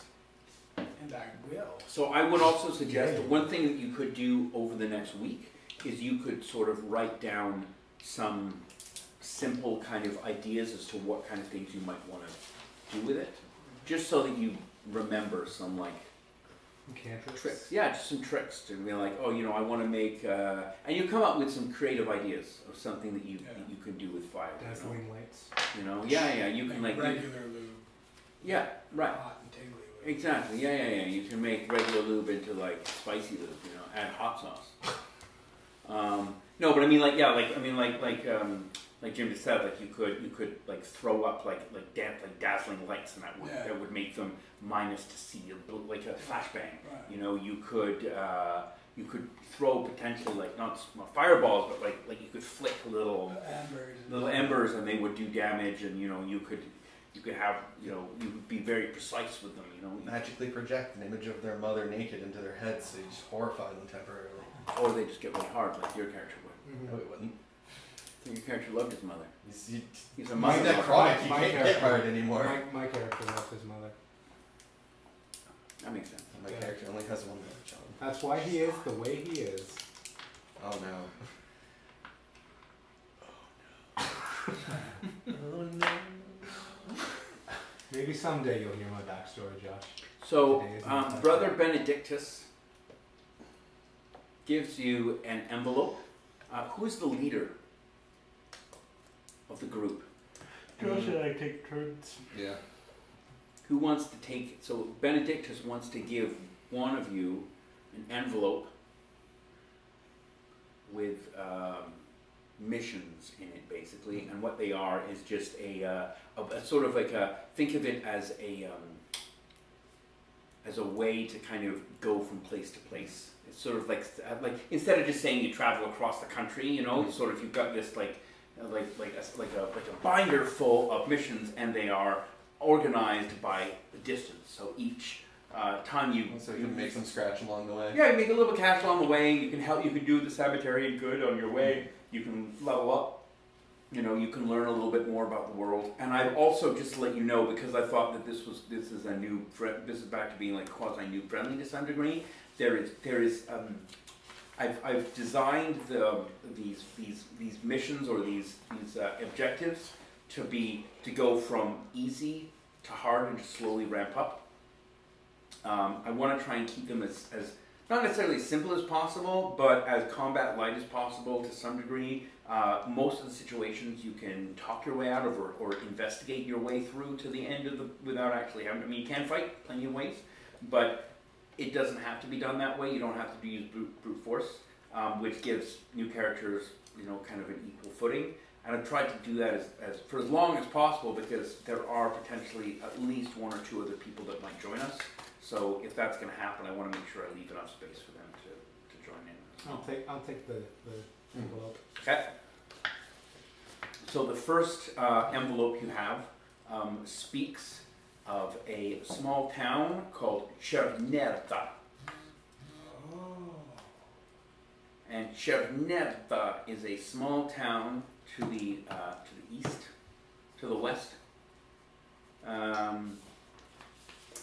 That is, it's known for making church bells.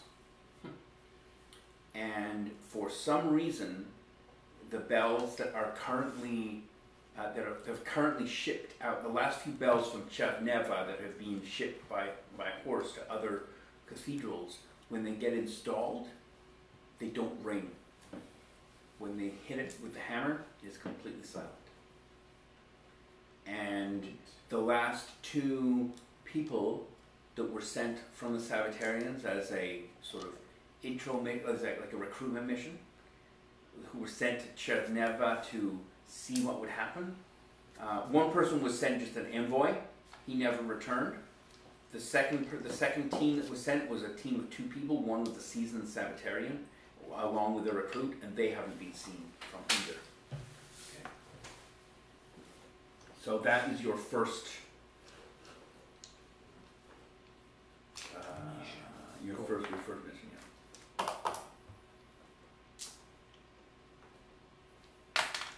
Okay, so for my syringe darts, and on me I have two of them filled with poison, two of them filled with heavy sedative, and one of them with holy water. Okay.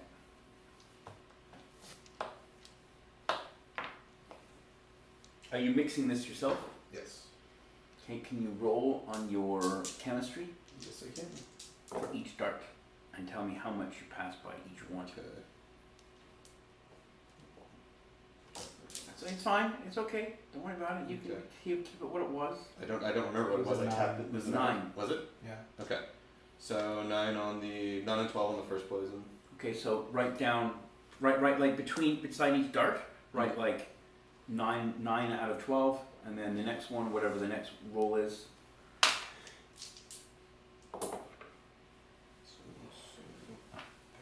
13 and 12.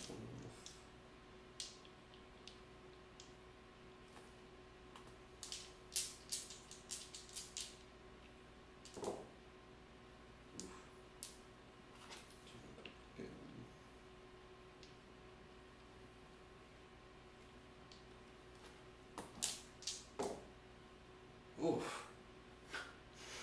This is not good. My sedative darts are going to kill people. Or not work at all. They're actually just And do I roll on the holy? Do I bother rolling on the holy water? Yeah, roll on. Okay. Because you're basically loading them up like you're So, sort of like. And the reason why you're rolling that is just to remind me. Like I don't want to have to like write down the difference between all the darts on here. So you're just pre-rolling. Yep. So then when you tell me which one you're using, you tell me what the result was, and that will change or alter how the dart functions. Okay. They'll all work. None of them will not work because I assume that you take 20 on any of them. This is just It's experimental. Yeah, right. It's just no one's done anything like this before. It gives a little bit of extra effects and stuff. Cool. Okay. So Cherneva is It's a day and a half ride away. You ride. Are you bringing anyone else? Montgomery is coming with you. He's coming on board. He's bringing his horse with him. But other than that, obviously, no one else. Is there any young, promising recruits there? Not really. No, to be honest with you. Okay. So we're not gonna drag a red shirt along just to push him right. The way that I can't give it away. You'll see. No. Sorry, give me 1 second. I just gotta pull something up.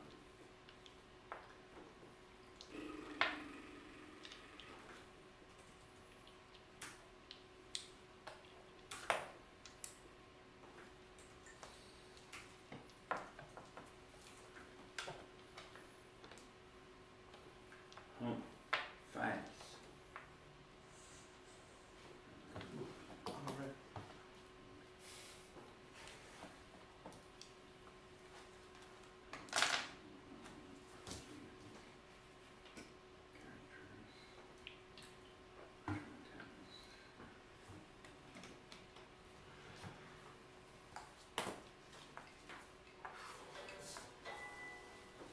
So power went out at my house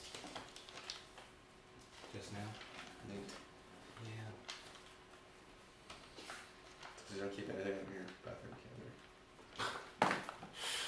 I knew it would ruin us one day. Exactly. My Or it's the bathroom's cat's fault. too tidy. The cat? Yeah. What cat? But you had a cat. No. I had a cat in Banyan. Okay, I didn't know that. Jim, you move like every 3 days, okay? I know. Gotta keep on rolling.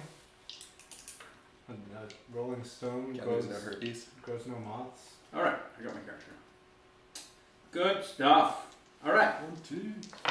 Okay, so you guys head off to Cherneva. As you leave the caravan, a light snow starts to fall. The caravan is pretty warm and cozy inside. It fits you, like I said, it was pretty tight, but it's enough that one person usually goes up and because Montgomery Moore's with you now. Yeah. He has animal handling equines, so he basically is piloting the caravan, so to speak, sort of. Yeah. And he's just whistling, and he's got astrogation as well. Not probably as good as your astrogation, but well enough to at least get you started. Sometimes he sort of has an issue, and he calls you from the. You can roll on your astrogation just from general.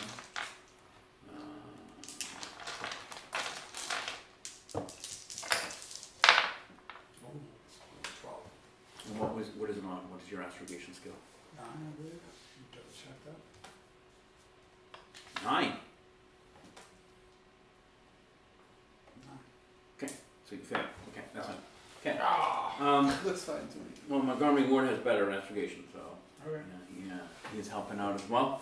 Anyway, you guys manage to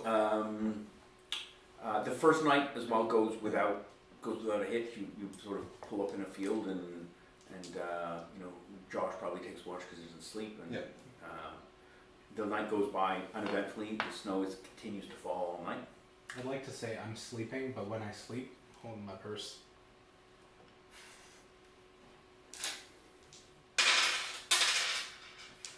Okay. No holes appear in the ground. Probably Excellent. And we have said that the gold is still all scattered on the ground. Now, I wanted to ask before we get too far: Are you bringing your entire 2,000 gold with you when did you leave any at the camp? It's a lot of money to travel with. Like you don't even I would say even 200 gold is a ton of money. 500 gold is a ton of money.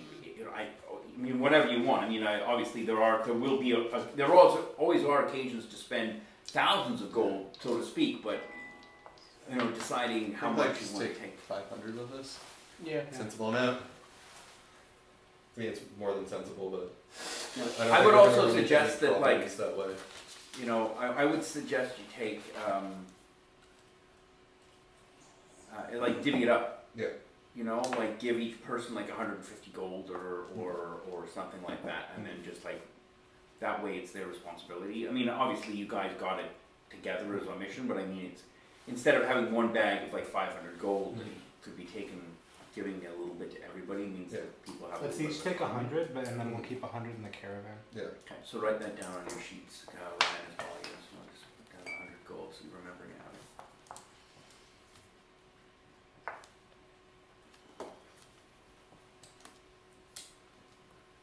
So if we leave the gold there and we need, can we like send word to the caravan if we need to get gold, just for them to send us money, or is that going to be too? Yeah, you could do that. Okay. I mean, Monty has a falcon. Yeah. And so he can send that back with a message. Okay, cool. At some point it'll be too far and you'll have Oh, to yeah. send a telegram or whatever, but you know, I mean there's always ways to, for sure. It's not, Yeah. it's a bank, it's considered a bank. It's Yeah. not, it's just, the further you go, the more Just, difficult yeah, it is to get a wire to it. just making you know. sure. We can send Gui Gui Gui back, and you can bring us back 1 gold piece. Yeah. No, not a gold. Not a gold? He'd need to have a couple friends to help with 1 gold. We gonna get you some friends, little guy? No, So that's one thing that I love. as you guys head into Cherneva,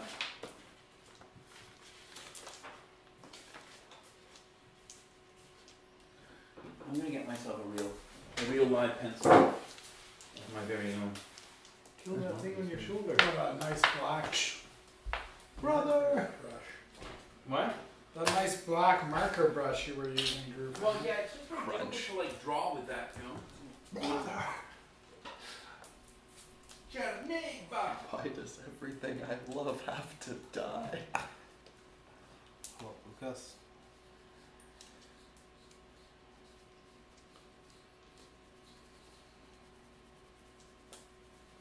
Listen, I'm assuming we're leaving the dog back at the caravan too. You're not bringing. Why? You're not bringing Darwin? I mean, He follows you. he does, but it's not exactly. A He's bull- useful. He is like you, like undead, kind of. No, he's just weird. We are weird. We Yeah. are a weird party. I mean, yeah, I'm bringing a spider. I know you are. He All right. whispers to me while I sleep.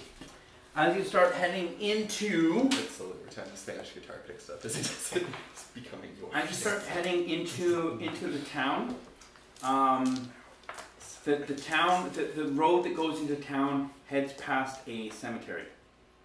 A lot of crosses, a lot of unmarked graves, and as you start heading closer into the town, instead of crosses, there's just fresh graves, and they're just like, and they're not even like dug in the ground. It's too cold to dig, so there's just like piles of rocks on them.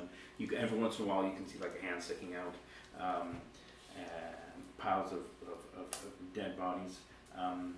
Very, very quiet. And as you start heading sort of into the under the sort of like there's like a banner that goes across and it says Cherneva on it. As you start heading into the actual town proper, the snow that's falling, like it starts falling on your face, and it's like the snow is black. And and like further down, coming out of the not the bowels of the city, but like it's not a city; it's a pretty small little settlement. There's black smoke pouring into the air. The town is that you sort of come into.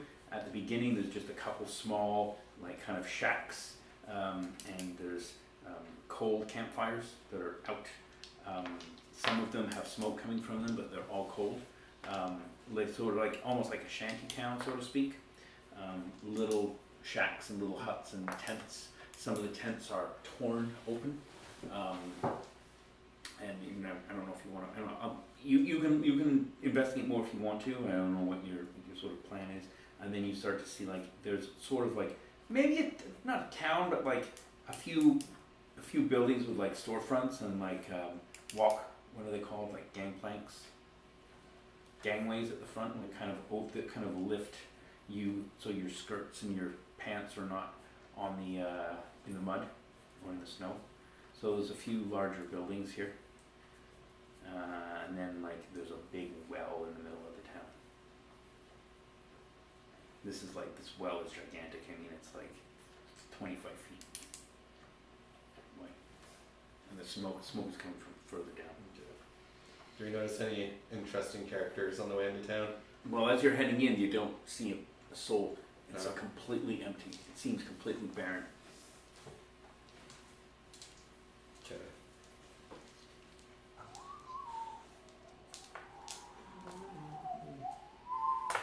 I play my flute. Roll. Play a nice somber tone on my flute. See how well you can perform your flute music. That's a pass, even. Okay. So yeah, it's a good ditty. Ryan, is there anything that you would like to do? I have public speaking, but nothing to say. I have observation. Okay. And then I have. I don't think anything else really applies here, man, other than. Well, you can also, I mean, you don't have, remember, you don't always have to be rolling on a skill. You can also be sort of like, Yeah. you know. All right. Well, I would assume my character can't make heads or tails of the situation either. Right, yeah, you're probably sort of just like sticking your head out of the caravan and watching, you know. Ruben, is there anything that you your character was going to do? No. So I guess we'll Just chill. stop on Main Street here. Okay. It's definitely quite difficult to like ride the caravan around because it's pretty big, right? I mean, the caravan is like, you know, that sort of size, 3 horses, and then Montgomery's on a horse and you're on a horse. I have hidden lore, but that doesn't apply here, right? Because we don't know any lore of the town, so. Yeah, that would be sort of like if you you find something, you can often like roll on your hidden lore to see like what the subtext might be. Okay. You know? Yeah. So I'm gonna like kind of do a lap around here to see if I can see like signs of any like other human life at all. Okay.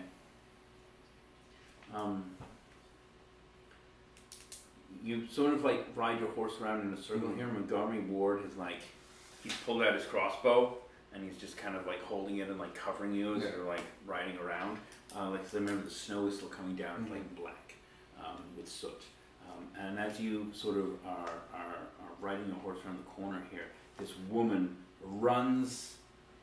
She runs out of the side of this thing here, and she grabs at your waist or grabs at your belt, and you like this, and you like try to like push her off you.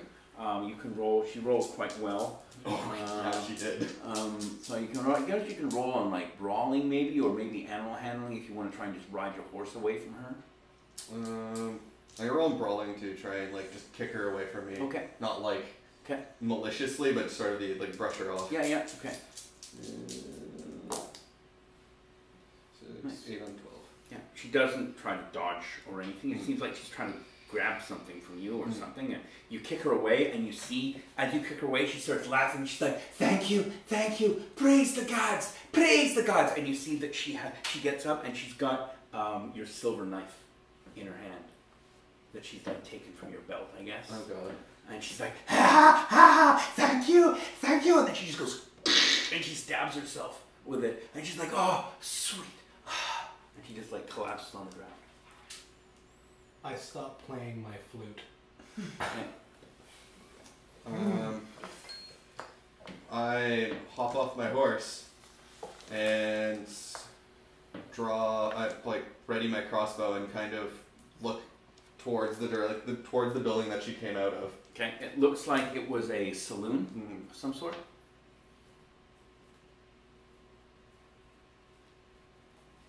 By the way, just to let you know, like behind all these places, there's like trees. It's and a lot of the areas are like clear cut. Okay. And there's like a few sort of like wagons that are stacked with wood and stuff, and they've got sleds on them. Okay. So, crossbow readied, I'm going to slowly approach the door. Okay. So it's still, the doors of the saloon are still like loosely swinging.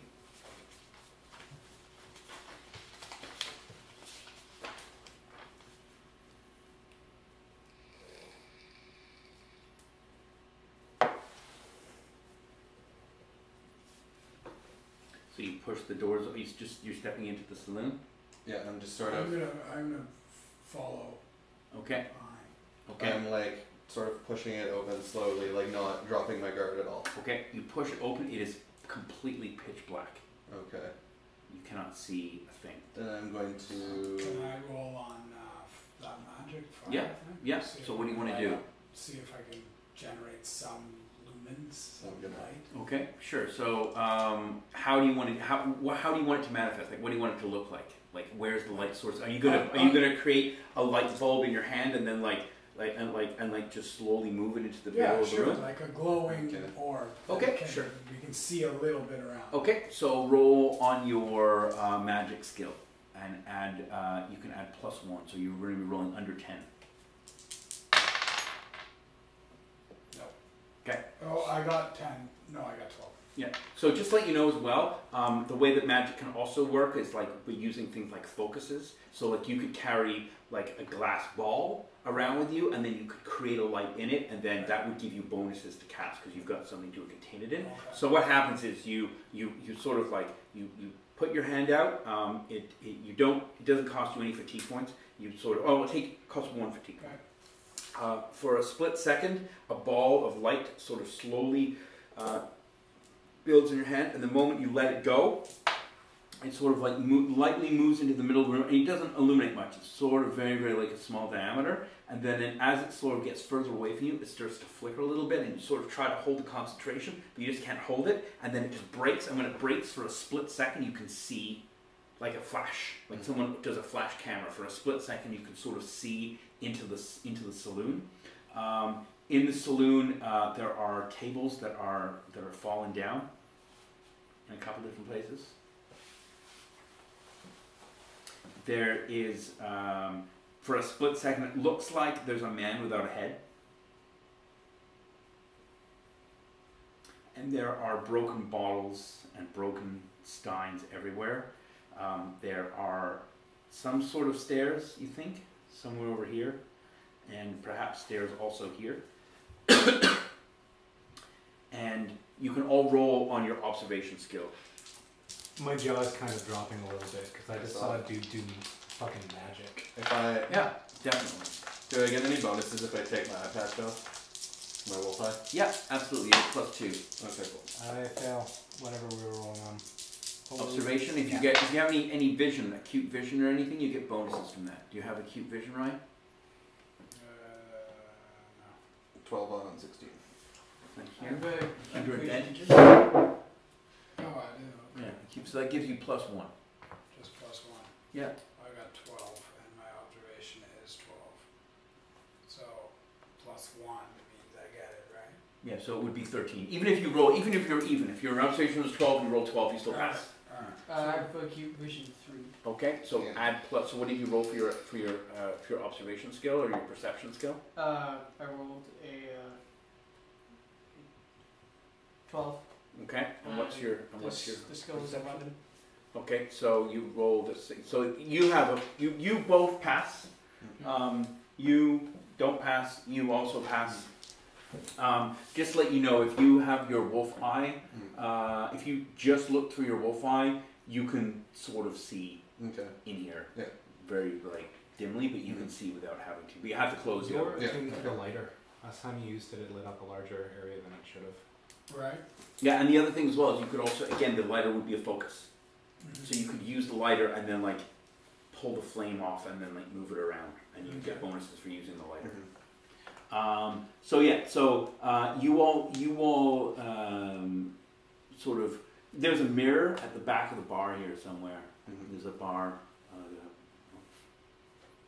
There's a mirror at the back here, and Ruben, you swear that you saw something move, run across the room from one to the other. But it was there was just a flash of light. The only reason why you saw it is because you have very, very good vision.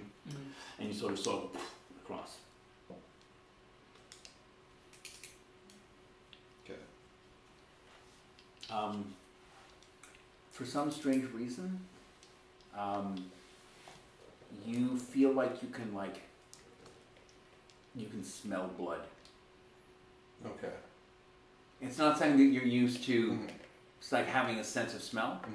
but for some reason you've got like this like there's just like you've got a little bit of like a I don't know like you're not hungry, but there's sort of like this slight like you can sort of smell coppery some coppery blood, and it kind of like makes your stomach kind of like kind of go like. Okay. So I think we should. But what's our or are we going in?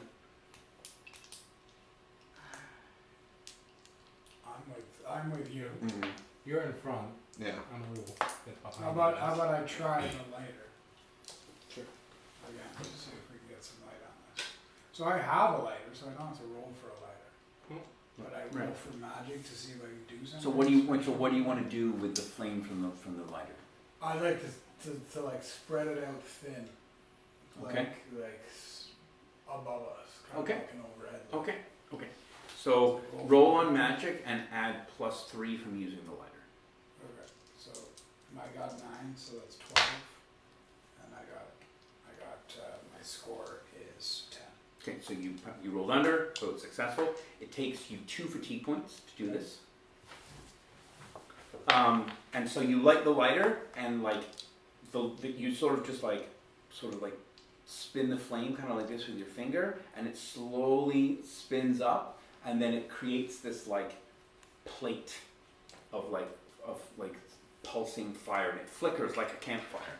And now you can see the room. The square is like about this big. And it's okay.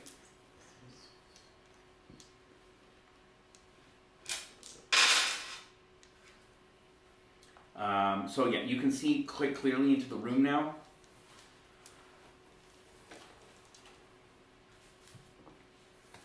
Can I take a look at the guy who's lost his head? Yeah, just give me a second to finish drawing this. So this part here, underneath here, is like raised up. So like the stairs kind of go up at an angle, right? Second level of the bar. Yeah, this is like the second level, and then underneath here, there's stuff on either side. There's corridors that go like under. The bar is the wall here, like there's like a glass or a mirror, but there's passageways that go under, and then there's staircases on both sides, and there's a railing that goes along here.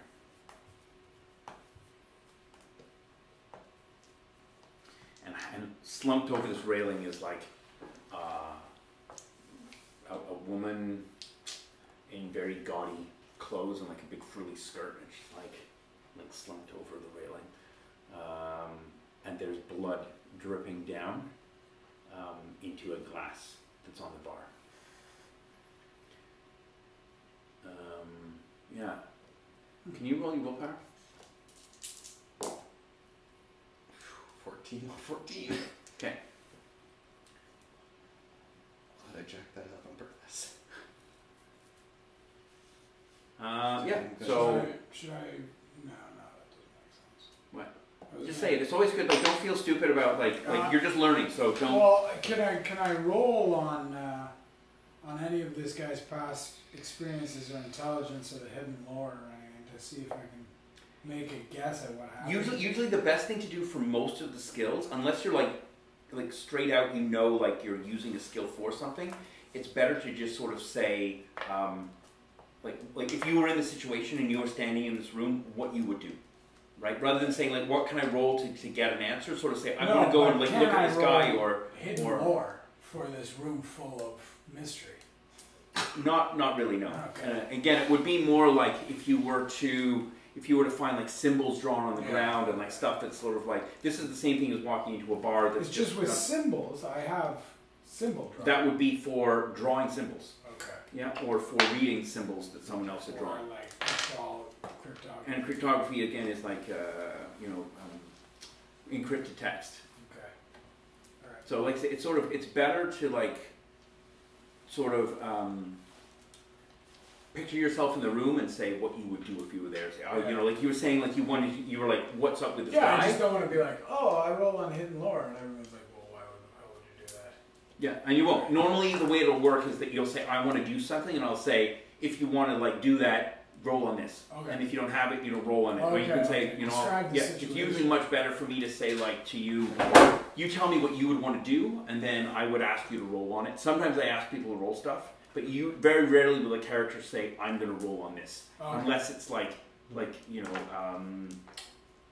climbing. I'm going to climb this cliff. Right. Right? So. Okay.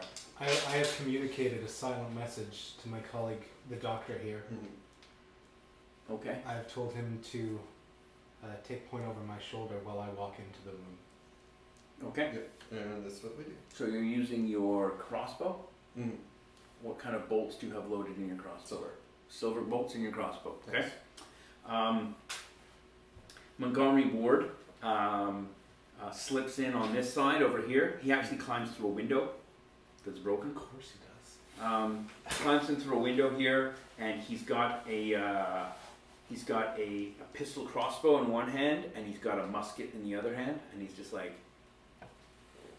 and he's got these little weird green goggles on again.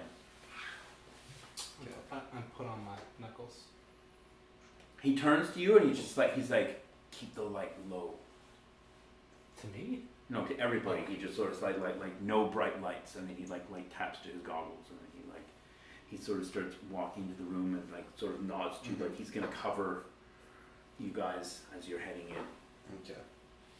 So what did you want? You wanted to look at the body, did you say? Yeah, I'm trying to figure out what's happening in this room. Yeah, So right. I'd like to look at the body. He needs Okay. answers. Decapitated body. Okay. Explanations? What was that thing you kept saying? You need explanations? You need answers? Your I'm first trying to adventure figure with out. us. Yeah. Oh. You kept muttering, I need explanations. Yeah. Right. I just want to read your stuff.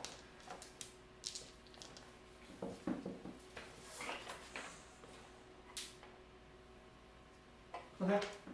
Yep. Yep. So you can roll on your first aid skill. On the headless body. On the head body. Yep.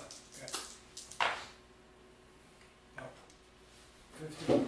So you're sort of trying to figure out maybe how that's like it's a stretch, but you're sort of trying to figure out like how he might have died. Right. Okay. So obviously he lost his head, that's how he died, it's not stupid, but like you're trying to figure out. You do notice, however, that there is a blood trail that leads from where his his missing head is, from his neck. It travels like this, and it travels down that Yeah. Yeah. Alright, well, that's something. way. So we're going to. You can roll on intelligence, actually, and you can add +1 to your intelligence. Nice roll. Fate. Yeah. So you surmise that his body has been. His head was cut off somewhere through down this hallway, and he was dragged to here. You can also see it looks like there is no more blood left in his body. Like where the neck is, there's no blood. Wonderful. Yeah. His hands are like completely white. Ruben, anything you'd like to do? No, I'm just gonna hang back from my Okay. broadsword job. I think we should head towards the stairs. Okay. Opposite to Monty. Like Okay. this, going in towards this way. Okay, so who's going upstairs first? Jim is, because I have like crossbow rested on his shoulder. Okay. Like which part? Like is the back of the crossbow? Like is the front of the crossbow in front of his face? Like the crossbow's got a huge thing on the front, right? And I'm not like necessarily resting it directly on it. I'm just kind of peeking over. Okay, so his head is here, and your shoulders are here. You don't have like you don't have the crossbow here, No. and then the thing is No, in it's front. like You got your arms it's like literally his around. head's, Yeah. his head's over here, and I'm kind of just peeking. Well, you up didn't over have you his just head. holding one end of it, and the other part is like resting on his shoulder. So I figured like it might be. No. Okay.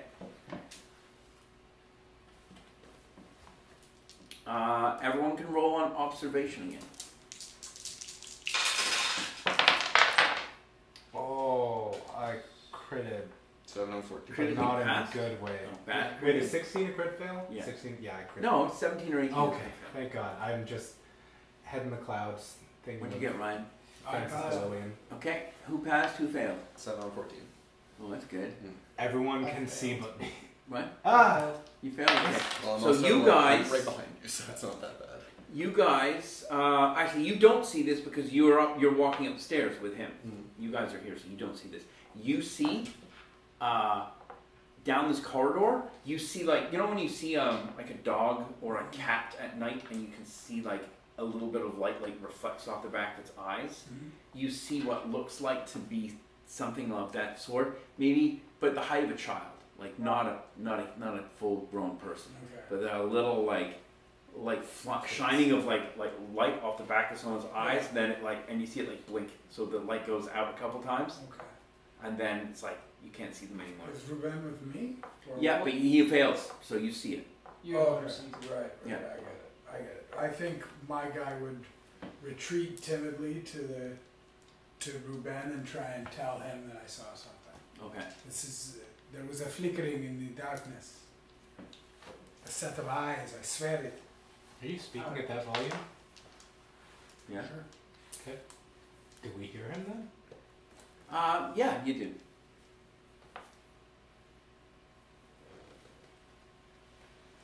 Peer over the edge of the railing. Okay. You're sort of here-ish. You're sort of peering this way. You don't really see much. So not a very good angle.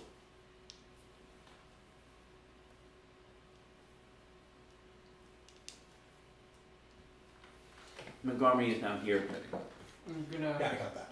Montgomery is on this side. I'm gonna slowly make my way to the place where he Okay. says the eyes were. Okay, you're gonna go down here? Yep. Okay. I couldn't see anything over the window. Okay, it's very dark.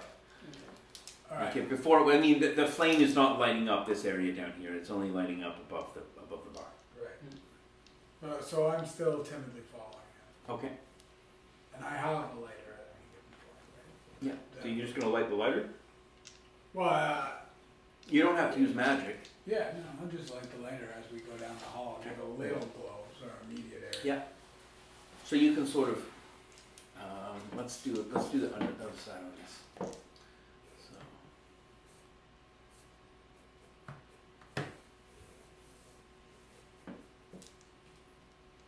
So this is the bottom. I'm just going to do the bottom, okay? So that you understand.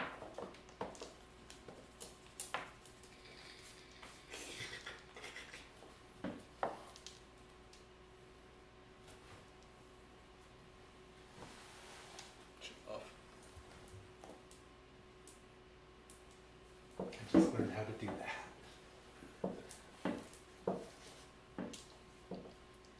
But have you learned to blow the smoke ring through the other smoke ring? Not yet. I'm still working on that.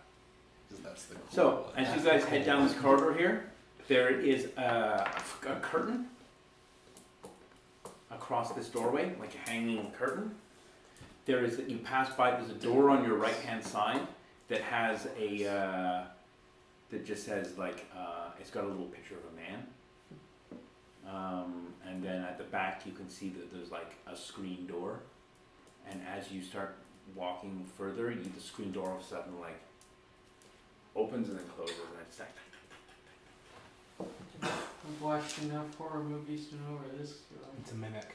Attack the door.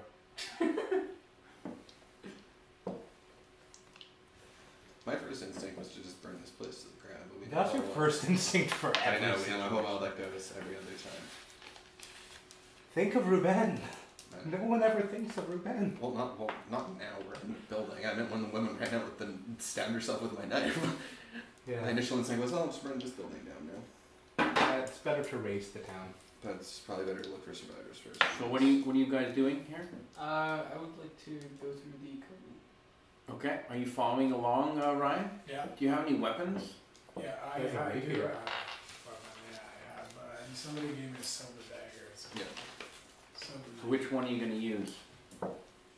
Which one do you want to take out? Well, did your silver knife have any special properties? Well, you would know that it's more effective against undead than a regular knife would be. Alright, well, whatever. I might as well take the knife with the special attributes. Okay. As opposed to the scimitar with none. Right, so you How take out. dare you? That was a blessed rapier. You take out the silver dagger. Ruben, you walk through the door here, and something jumps at you. Oh fuck. Does that combat reflexes? Yep. I think he does. Maybe he doesn't. No, You don't not have with this it. character. Wah, wah, wah. All right. Ruben, you can roll on your dodge -2.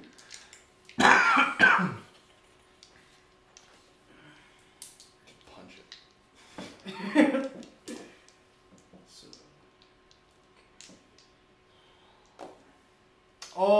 Oh, Buttes. Yeah.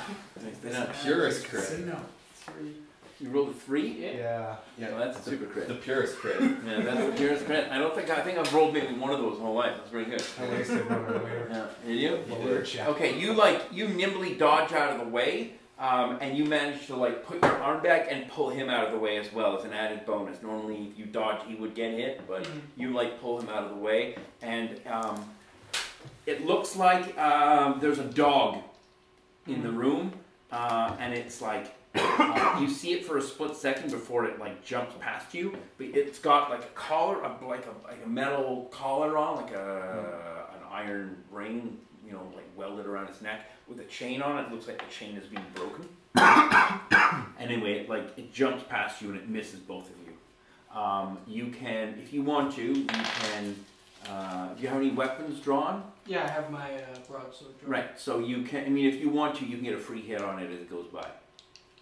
I mean, you don't have to, it's just a dog, but I mean, I'm just asking if you don't really know if it's good or whatever. Yeah, no, not good. Okay, Ryan, do you want to stab the dog in the belly on the way past you? I think my character would probably raise his shield as opposed to attacking the dog. Okay, good, I'm good just on you. gonna put on my buckler. Yep, okay. So the dog sort of like jump. You guys hear like. Okay, well, I guess we're turning around then. Okay. How high up are we? I guess we're just You're like at a upstairs. 7 or an 8. Okay. About 5'11". Yeah. How high up are we? You're well, if you're right on top of the balcony, right? You're on the top of the balcony. You're like 10 feet. 10 feet? I can make that jump. Okay. Roll jumping. You have jumping, right? I do. Yeah. And I make it. Yeah, you don't take any damage. You don't even have to roll. You just like jump like flat-footed and land in like superhero landing, you know? Just in time for the dog to jump at you. It hits. Alright. I block. With? No. Like I've got a shield on there. Oh, your buckler. Yeah. Okay. And that's past 2. Okay. It like smashes its like head into the buckler and like drops to the ground. It's fine. It's completely fine. Josh, anything you want to do? I'm going to rest my crossbow on the railing and start taking aim. Okay. Montgomery just shoots the dog with his musket. The dog dives out of the way and runs back in this direction here. And yeah. You're terrifying to say. Yeah. It is everyone's gone. It is Ruben, it's your turn.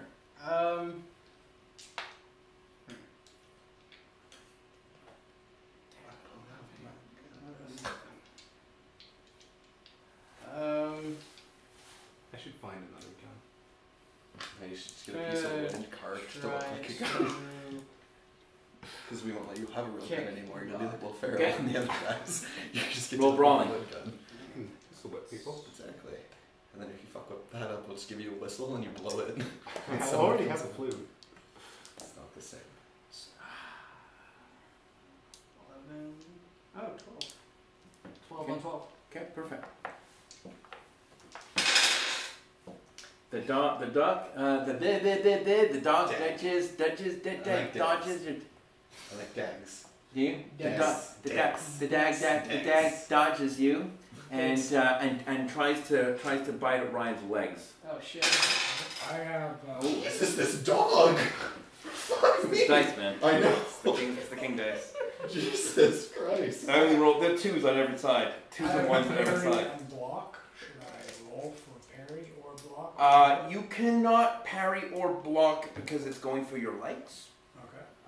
You could try and parry it with the sword, but that with the knife, but that means that you're going to stab it in the mouth. You could also dodge. So I can dodge. Oh, You said block or parry. You cannot block or Just that one. Okay. Roll on dodge, but I got 7 on parry, so I'll roll on parry. I got be 8 on dodge and 7 on parry. Trim this old mouth. But okay, so you want to roll on something that's got a higher number. Yeah, but the difference is 1, so I'll take parry with the chance of killing, with the chance of stabbing the dog, right? Where's the dodge? Parry with the chance of stabbing the Where's dog. dodge though? Dodge is His by dodge- basic move. Yeah. His dodge is 8. That's parry. Your parry with whip is 7. What's your knife skill? Doesn't have knife skill. So yeah, it's better off for you to dodge. So roll under an 8. Oh, I need to think. You can use your whip sometime too. That would be cool. Well, that's what I was saying, parry. Oh, Right, but just yeah, in that's whip. general. And you have to use the whip to parry with. Here, I'll roll that. Just Doesn't matter, I got 10. okay. So you fail your dodge, Yeah. and the dog Like, bites your leg. It does 2 points of damage to your leg, and it's clamped onto you. 2 damage. Well, if you look at the top there, Yeah, where it says HP, yeah, there's a box beside it. okay. So you can write down 8 in there with the pencil if you want, Yeah, and then and then it's an easier place to put it. Alright. All right, Brian, it's your turn. Okay, I still have a dog on me, You do. so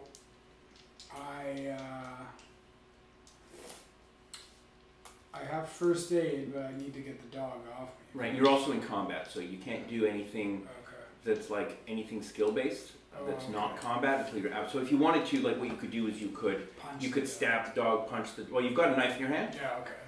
Yeah, okay.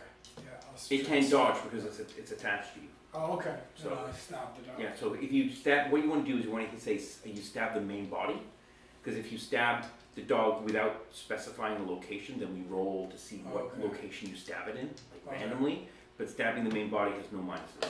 So Okay. if you always get into the habit when you're attacking something, unless you're really good at stabbing or really good at whatever skill you're doing, like shooting, you've got a +10 or whatever, Yeah. then you can say I shoot at the head or I shoot at the whatever. But for the most part, it's best to just say I stab at the main body or I Right. shoot the main body or I hit the main body. Just get in the habit of saying main body, and then we won't be rolling random, because otherwise you're like stabbed in the leg and then it keeps Yeah. biting. So. All right. I stabbed in the leg again. Okay, so roll 4 damage, 1d6. 1, yeah. 5. Okay, you stab it in the belly, and it's like its intestines like poured out of its stomach, and it falls down. Okay. Oh no. So then, now that combat's done, Yes. I'm going to start repairing myself. Okay, so Well, you can these roll on. guys do You can whatever. roll on first aid. I have 11 on first. And I got More than 11. 12. So I'm just sitting there bleeding. It's not bad. Yeah. It's just a flesh wound. Just like that. Thanks. Dead.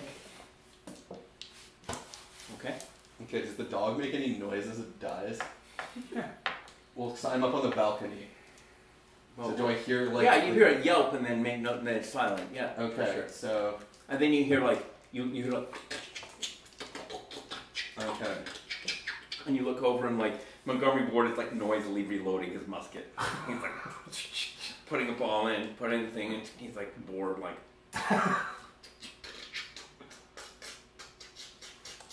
I whisper under my breath. Like I say under my breath. Like, Cleaning the "Is thing." he still alive? Clean. Okay, well I'm going to Puts the go gun back in the holster. back to sweeping the upstairs. Does he put his gun away and then immediately Yeah, take right. it? Yeah. Like take it out, like spin it, and then he's got his crossbow at the same time. Okay, so what do I see around here? So what do you see around here? Yeah. So see at the back here, Mhm. there are doors. Is this an establishment for ladies of the night, John? Perhaps. Does it say whorehouse? No, it said saloon. Saloon. Sure. It's a saloon for tax purposes. It's the Playmate. Yo, let's open a bar. Brian's favorite. Have you ever been there before? Saloon for tax Never been in there? purposes. I was in there when I was 18. 20 years ago. Time flies by when you're in the Playmate when it's 1996. I tell you. All right.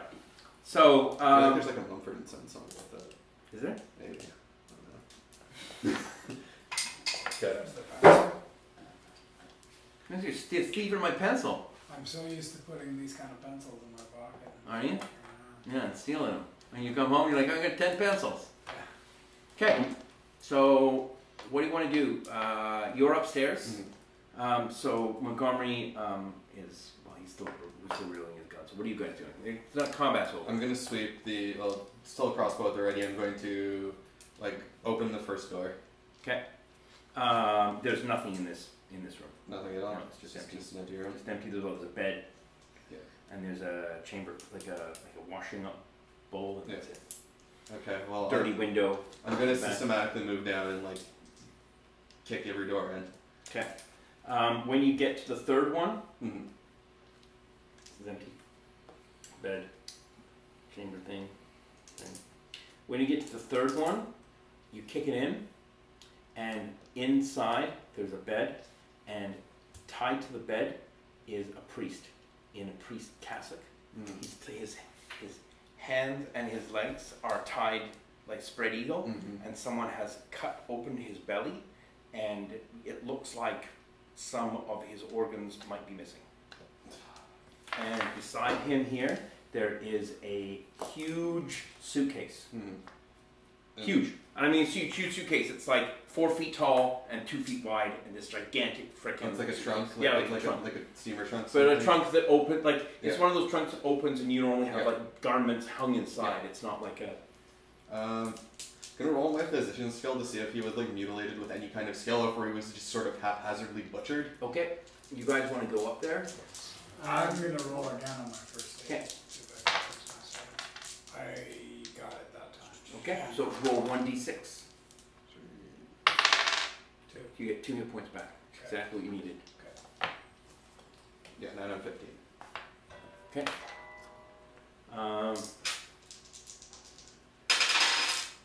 Okay. So it definitely looks like it was not done haphazardly. Okay. Whatever was removed on purpose. Okay, so it was done with like some sort of intention Some to sort of remove. skill. Okay. Yep. So. Brian, do you want to go up there and? Sure. Okay, so you see the same thing. You see this priest is being cut open. He's wearing a cassock. There's a huge Steamer trunk. steamer trunk. You can roll on exorcism. Okay. Conditional -4 when user doesn't possess blessed. Don't worry about that. Nope. Okay, so you're trying to work out. Roll on hidden lore. Oh, Hey! hidden lore, fine. Wow, terrible. And then the last thing you can roll on is occult. Do you have occultism? Got it. Okay, so you believe that he has been sacrificed in this way in order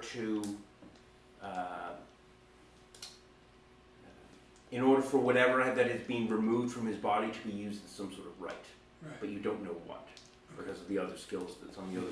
The way it's like all the skills are sort of quasi-related, but the one you rolled, you sort of know that this was done in some sort of ritual way, but you don't know what sort of ritual it was. Okay. Okay. So So you can let the party know that. I mean, I'm assuming Yeah. that you're like, that's part of role playing to some degree, right? Oh, I mean, it is? like, Okay. I mean, it's ebb and flow, right? It's just sort of trying to keep you engaged in the story at the same time as like. Because you can also actively choose to like withhold stuff like that from it. If your character had like a plot reason to, you can keep information like that to yourself. Josh is And very with the other reason why I like sometimes prompt that sort of thing is because when you're first starting to role play, it can get not confusing, but it can get sort of frustrating to understand like what's going on and how to play. So when it gets like you start getting that way, sometimes you can kind of withdraw and be like, I'm not so interested in playing. I'll just listen for a while. But it's always good to try and stay as like engaged as possible, because then the more engaged you are in the story and in the thing, you'll sort of get better. Right. Yeah. Okay. So I would tell this body appears to be being mutilated. The certain organs seem to be missing. Yes, no, it was done This was done by a steady hand. This was not a typical serial killing. This was done with intention. I would know. Can you roll willpower again, please? Nice. Yeah, no. We're just asking. You're gonna have to start putting mine to something. You will. I'm Will. gonna- That'll happen. Trust me. I'm gonna like sort of. As time goes by, as the sands through the hourglass. The days are Yeah. I'm going to like sort of kick the steamer trunk to see if there's any sort of response. Like Okay. if there's any rattling or anything from inside. Yeah, you hear something fall in somewhere inside it. Okay, it like doesn't sound like there's some like anyone inside of it. It's definitely heavy. Okay. Well, I'm guessing you. Okay, so I'm going to stand here with my crossbow. Right. Mhm. I need you to open the door very slowly. Okay. While they're all doing this, I'm looking around downstairs. Okay. Okay, I'll get you in a second. I push open the door and then dodge Okay. out of the way. Okay, so inside is it looks like what's it called, like a nun's habit, Okay. like it just empty, like a couple habits sort of hung up, and there is a ton of Bibles in there as well, and there is also a leather document satchel Okay. with a tie, like a leather thing with a little tie around or whatever. Okay. I'll grab the documents for now. Okay. I'll examine them outside. Okay. Okay. And I'm gonna take a Bible to throw at you later. Okay. Anything Ryan, you want to look in there? Or? He grabbed the documents? Yes. I think that's good. Okay. You can dress with it then if you want. Every kind of neat. Yeah, the cape and then. Cross-dressing battlements. Mm. That's Okay, a so- 90s image comic. So which one are you looking? So this room here, the one that had the dead dog in it, this is just a storeroom. There's just like boxes of food, supplies, kegs of beer, things of wine. There is also a trapdoor in the floor, and yeah. So there's two other places. I mean, but I can tell you now that they're both bathrooms. This is the men's bathroom. This is the women's bathroom, and then there's a door that leads outside.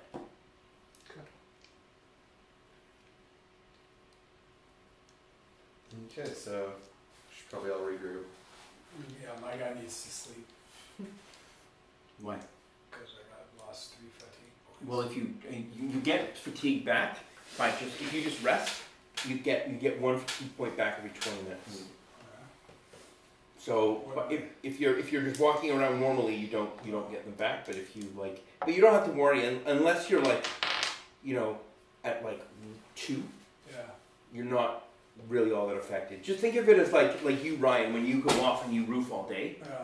As you're roofing, you're slowly using fatigue, and then when you get home at the end of the day, you've got 1 or 2 fatigue left, and you just kind of bum out on the couch. That's sort of the feeling. So I mean, if you've got 7 fatigue left now, is that how many you have? You're still fine. I mean, it's still, think of it as the equivalent of 10:30 in the morning. Yeah. You've been on the roof a couple hours, you've had a couple smokes, whatever, but you're still good. Okay. Well, I'm going to go back out to the caravan and mull through some of the documents that we found. Okay. I'll go with Yeah. it. Okay. I'll follow. There's a trap door, guys. We'll go back I for it. totally forgot about that. It's not going anywhere. Ben, want to check out the trap door? Okay. Jam, but remember what we did? Split the party last time. I know. I it spent was- like an hour just talking and playing poker with a guard. And remember last time someone went through a trapdoor by themselves? Yeah, he went underground and was. Well, that's why Ruben's going with me, not 2 people going underground. Okay. All right. Well, here. Hold Hold my lighter. There you guys. Okay. Brain factory and do its work outside. Okay. There's a ladder that heads down into the inky darkness. Remember what happened last time we went down a dark ladder? I can climb now. I have a climbing of 14. Holy shit. +3 from flexibility. Okay, well you also get +2 to climb because you're climbing down a ladder. So unless you critically fail, you're gonna get. Yeah. You can pass. So with all of those pluses, I'm rolling under a 17. Yeah, but it doesn't matter. Crits is still 17 or 18, no matter what your bonus is. Okay, I climb down the ladder. Want me to roll? Yes. Okay. Don't roll a 17 or 18. I did not. Okay. You climb down the ladder. I'm following. Okay, I'll get to you guys in 1 second. You guys are in the caravan reading the documents. Okay. So it appears, so first of all, there are some photographs in the... Every time I do, it makes me laugh. And so in the photographs, there's a priest and a nun, and you realize that the woman that stabbed herself was the nun. Okay. Also, I got my knife back out of her on the way out. Just. Oh, you gotta go back now. Okay. Yeah. So So first of all, you see like a picture, and there's a picture of them both with who you assume is the Pope, and there's also a picture of them shaking hands with what he looks like a.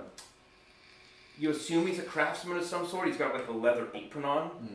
But he's also got a tonsure. Like you know what a tonsure is? It's like a monk's haircut. It's like a ring of hair, like a friar's haircut. Yeah. He's got a tonsure. But he's got like a mallet in his hand, and he's like shaking hands. And you can see in the background there's some sort of like a foundry. There are a number of acquisition documents for bells of different sizes, and they're different names of different. What you assume are different cathedrals. You have reading and writing, right? Yes. Okay, so it's fine. So you guys are both looking at this stuff together. Yeah. Ryan, your character, Boris, recognizes a number of the cities that he's actually gone to and studied, and you know that what you do ascertain is that a lot of these churches that these bells are made for are churches that are said to hold religious artifacts. You know, like the bones, the hand bones of whatever, and like the skull of Antioch, and like random like sort of like blessed artifacts, and then there's like different like amounts of what you assume is gold that is being paid between the different things, and then a document that is written in another language. Can I see your?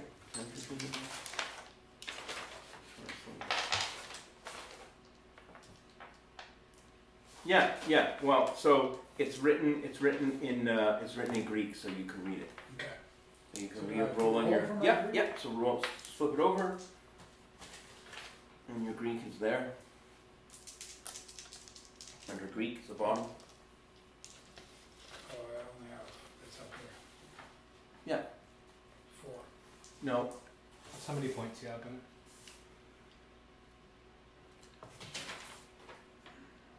Something you have to roll on language. None of my Oh, you don't have to roll. skills. It's just that you're not writing. It's fine.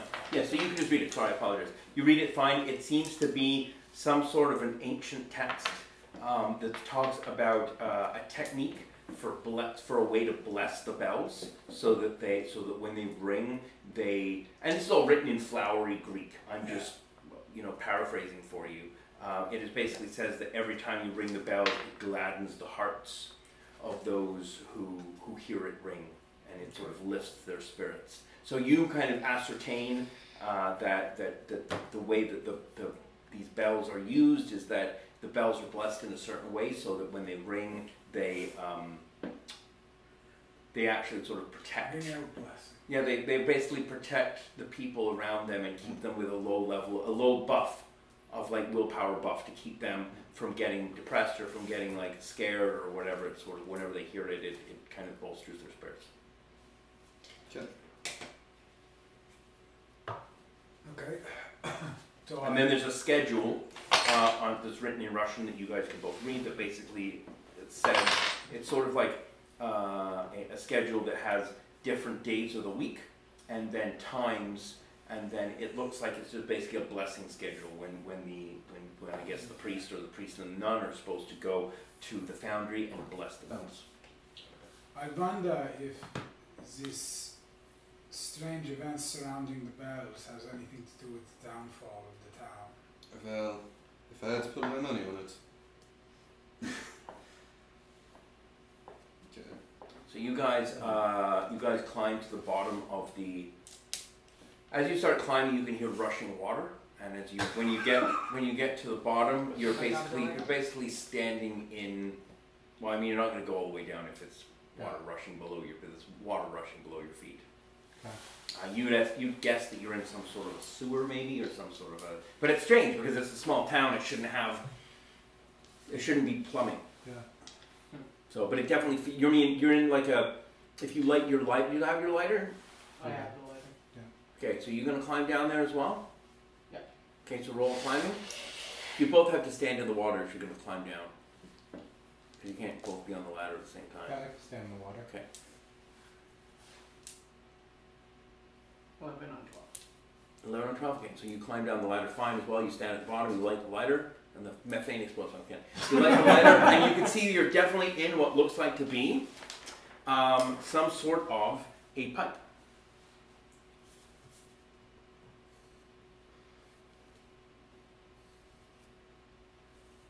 You're seeing some sort of a like a thick iron pipe that's buried in the ground. It doesn't smell like really like heavily like sewage, but you can smell. It smells a bit like pee, a bit urine. It does also. You can both roll on observation. Do any of you have any sort of like chemistry or sciences of any sort? Nope. I'm a simple man. I have chemistry, but I'm not with them. Outside I the channel my infusion. squire. I have engineer steam. That's my perception. So they're in a pipe. That perception won't really work. You can roll on engineer steam at a -2. Okay. Yeah, you'd have to know about some pipe work because it's just not. 8, 9, 10. You make it. 10 on 10, yeah. So that's with the so what was it was your steam is 12 and you rolled. Okay, cool. So you ascertain from this looks to you like the pipe is kind of corroded. You look on the edge, the inside edge of the pipe, and you sort of guess that it looks like the inside of this pipe is regularly exposed to extreme high temperatures. Like really, really, really high temperatures, and then it cools down quickly. That's just like the corrosion on the inside of the pipe kind of leads you to that.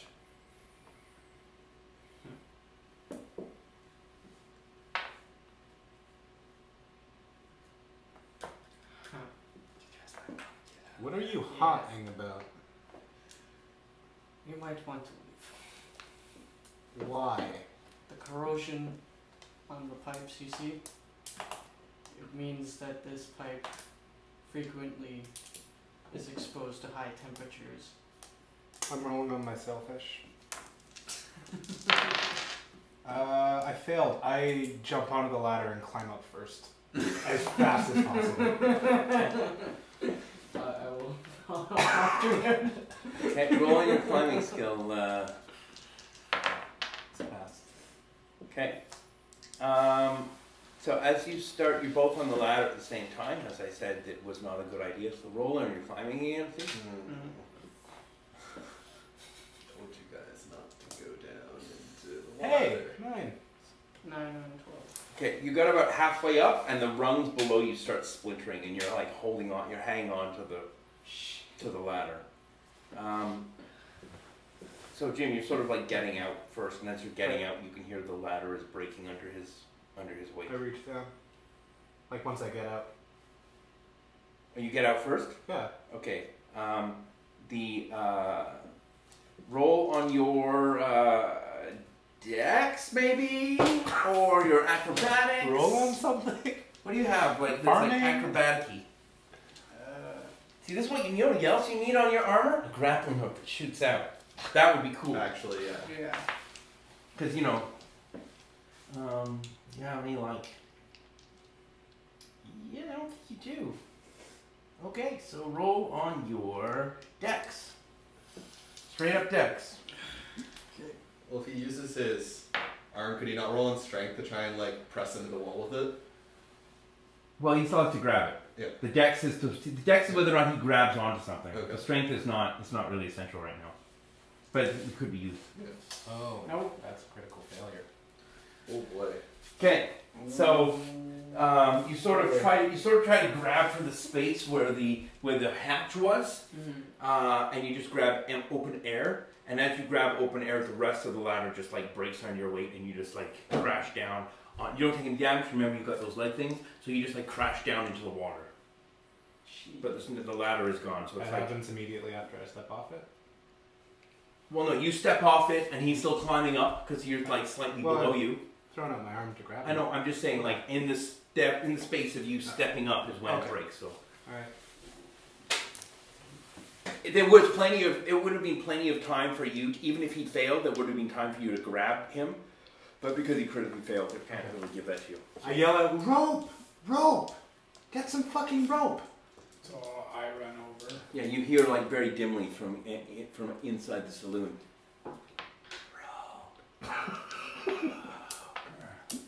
You get shivers down your spine. You My- get slightly erect. I feel like I need it. Montgomery like steps up, like he was on the like the. Balcony. He was on the front of the caravan, like on the horse reins, and he just sticks his head and he's like I got it, and it's like gets a rope and he like starts plodding towards the saloon, not really very quickly, sort of like rolling his eyes. Yeah, so he just Montgomery shows up with a rope and they're like, you need some rope. I grab the rope from it. Alright. Throw an end down the hatch and hold on. Climb! Climb! For heaven's sake, climb! That's totally fine. Okay, so roll on your climbing +1 from the rope. Climb better!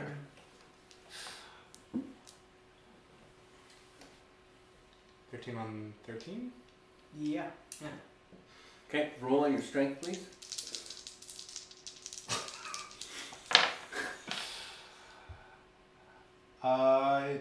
Even. Okay, so as he starts, Oh no, that's a fail. well, even if it's even, as he starts climbing up, the rope starts sliding out of your hands, and you like start climbing up, and then you just like back to the ground. Montgomery Ward, some freaking backup here. He's like, I can't do that. I'm not strong enough to lift. That guy's heavy. I know he's heavy. Use your heart, my man. All right. Jeez. How do you get stuck down there in the first place, anyway? It's a long story. Ruben, you hear a rumbling noise.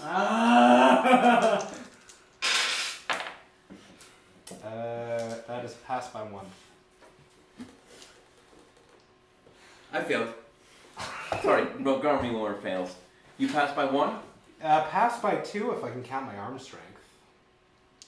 I have one stronger arm than the other. It's not really used like that. You Okay. can't really use it in that sense. That's not really. It's for like tasks, certain tasks, like one-handed activities. Okay.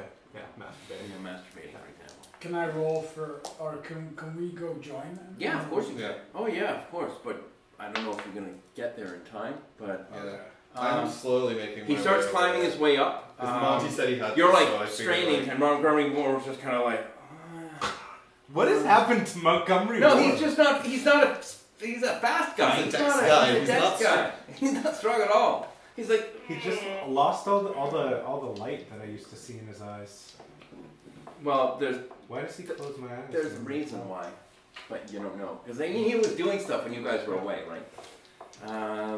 It's funny when I have like NPCs, often like that are game NPCs. I like write little mini adventures for them. They don't roll dice, but I write little things about what happens. internalize it. Yeah.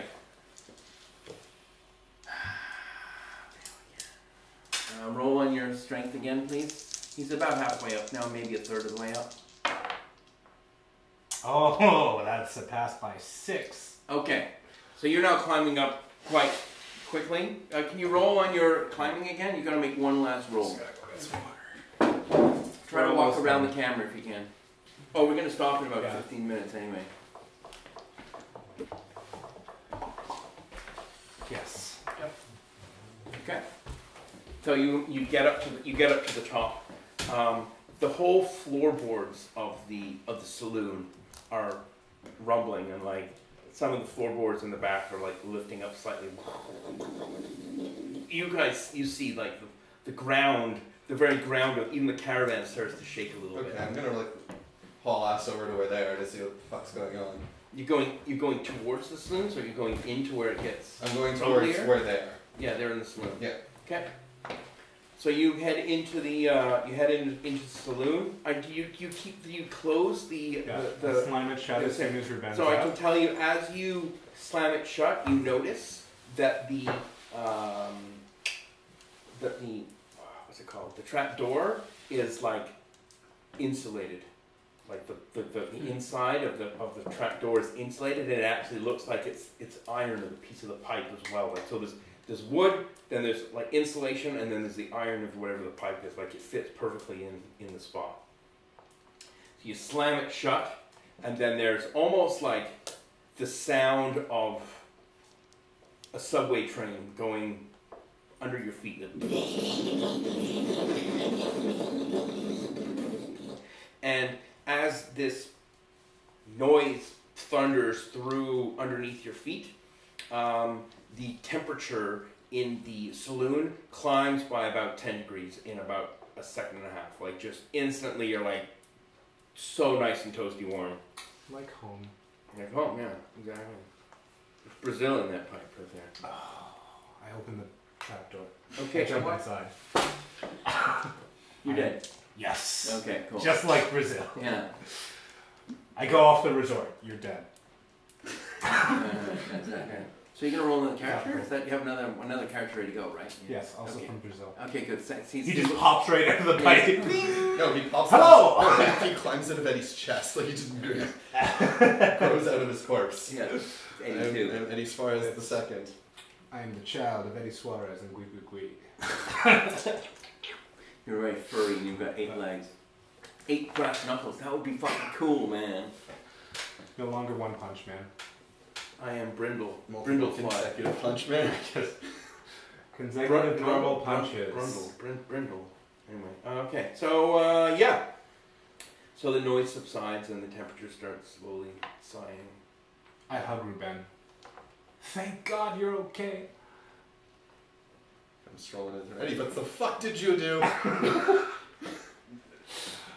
So many things.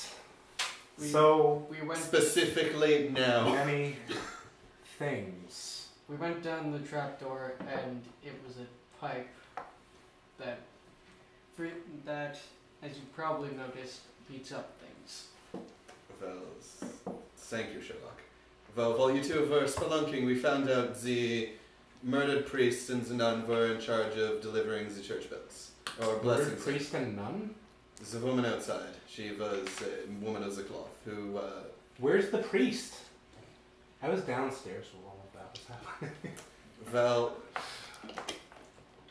upstairs, second room on the left, take this with you. I hand you the Bible. Okay. I go upstairs. So you go upstairs and you see the massacre. Huh. Roll on your... You have a religion, right? I don't, no. I'm kind of like... I'm religious in the same way that the Dusky Order of the Rose is an organization. Okay. I believe in God. I've prayed. Okay, I'm going to give you... roll under 12. That is 12. Okay. You sort of have like a vague inkling that you're like, maybe I should bury these people. Yeah. But you're like, meh. Like you don't have to. Yeah. But if you failed, you would. So we're gonna give you like put religion 12 or less, and then that will just be like. It can count as advantage and as a disadvantage. It'll give you some bonuses as well. You can also roll on it as a skill, as a 12 skill. So if you like look at something that's like Catholic, I'll tell you. You know, Roman Catholic. That like oh, this is a Roman Catholic church, or this is a Roman Catholic cross, or this is a Roman Catholic bugger, or whatever. You know, whatever. I'm also going to search the dead nun out front to see if she has anything on her. Loot. Okay. More for information. Okay. Yeah. It's still So- looting. So you loot the nun, and you discover that she has a pinky ring that is shaped like a spider. Okay. And the spider is actually, the body of the spider is actually on the bottom. Okay. And then it just looks like, on the top it just looks like a simple ring, but on the bottom it's like almost like a hidden symbol ring. Okay. Well, I'm going to take that for now. Then I'm going to fold When you pull it, it degloves your finger and the flesh just comes off with the ring. On dibs. I put it in my bag very haphazardly. Yeah, well, as you take it off, like know, the skin just like it's like it basically is almost like as it comes off, it just like dissolves like the flesh around that finger as it comes off. Like it's just like a thick. There's still like a piece of skin hanging off. No, it's like as if like as you slide it off, it's like her flesh becomes like grease on a pipe. Like it's just like. And you just like flick it off, and then the ring is okay. Okay. Well, I'm gonna pocket that for now. Then I'm going to like close her eyes and I'll cross her hands over her chest. Okay. All right, we're gonna stop there because it's a little later than we normally go. But yeah, there we go. So that was that's a little bit more of like a story-based game, a little less combat, a little bit more setting the scene. I can give you a ride as far as Mary and Caroline. Okay. It's like most of it. Yeah, sure, I'll take it. I'm meeting up with someone. Oh. My buddy Brett.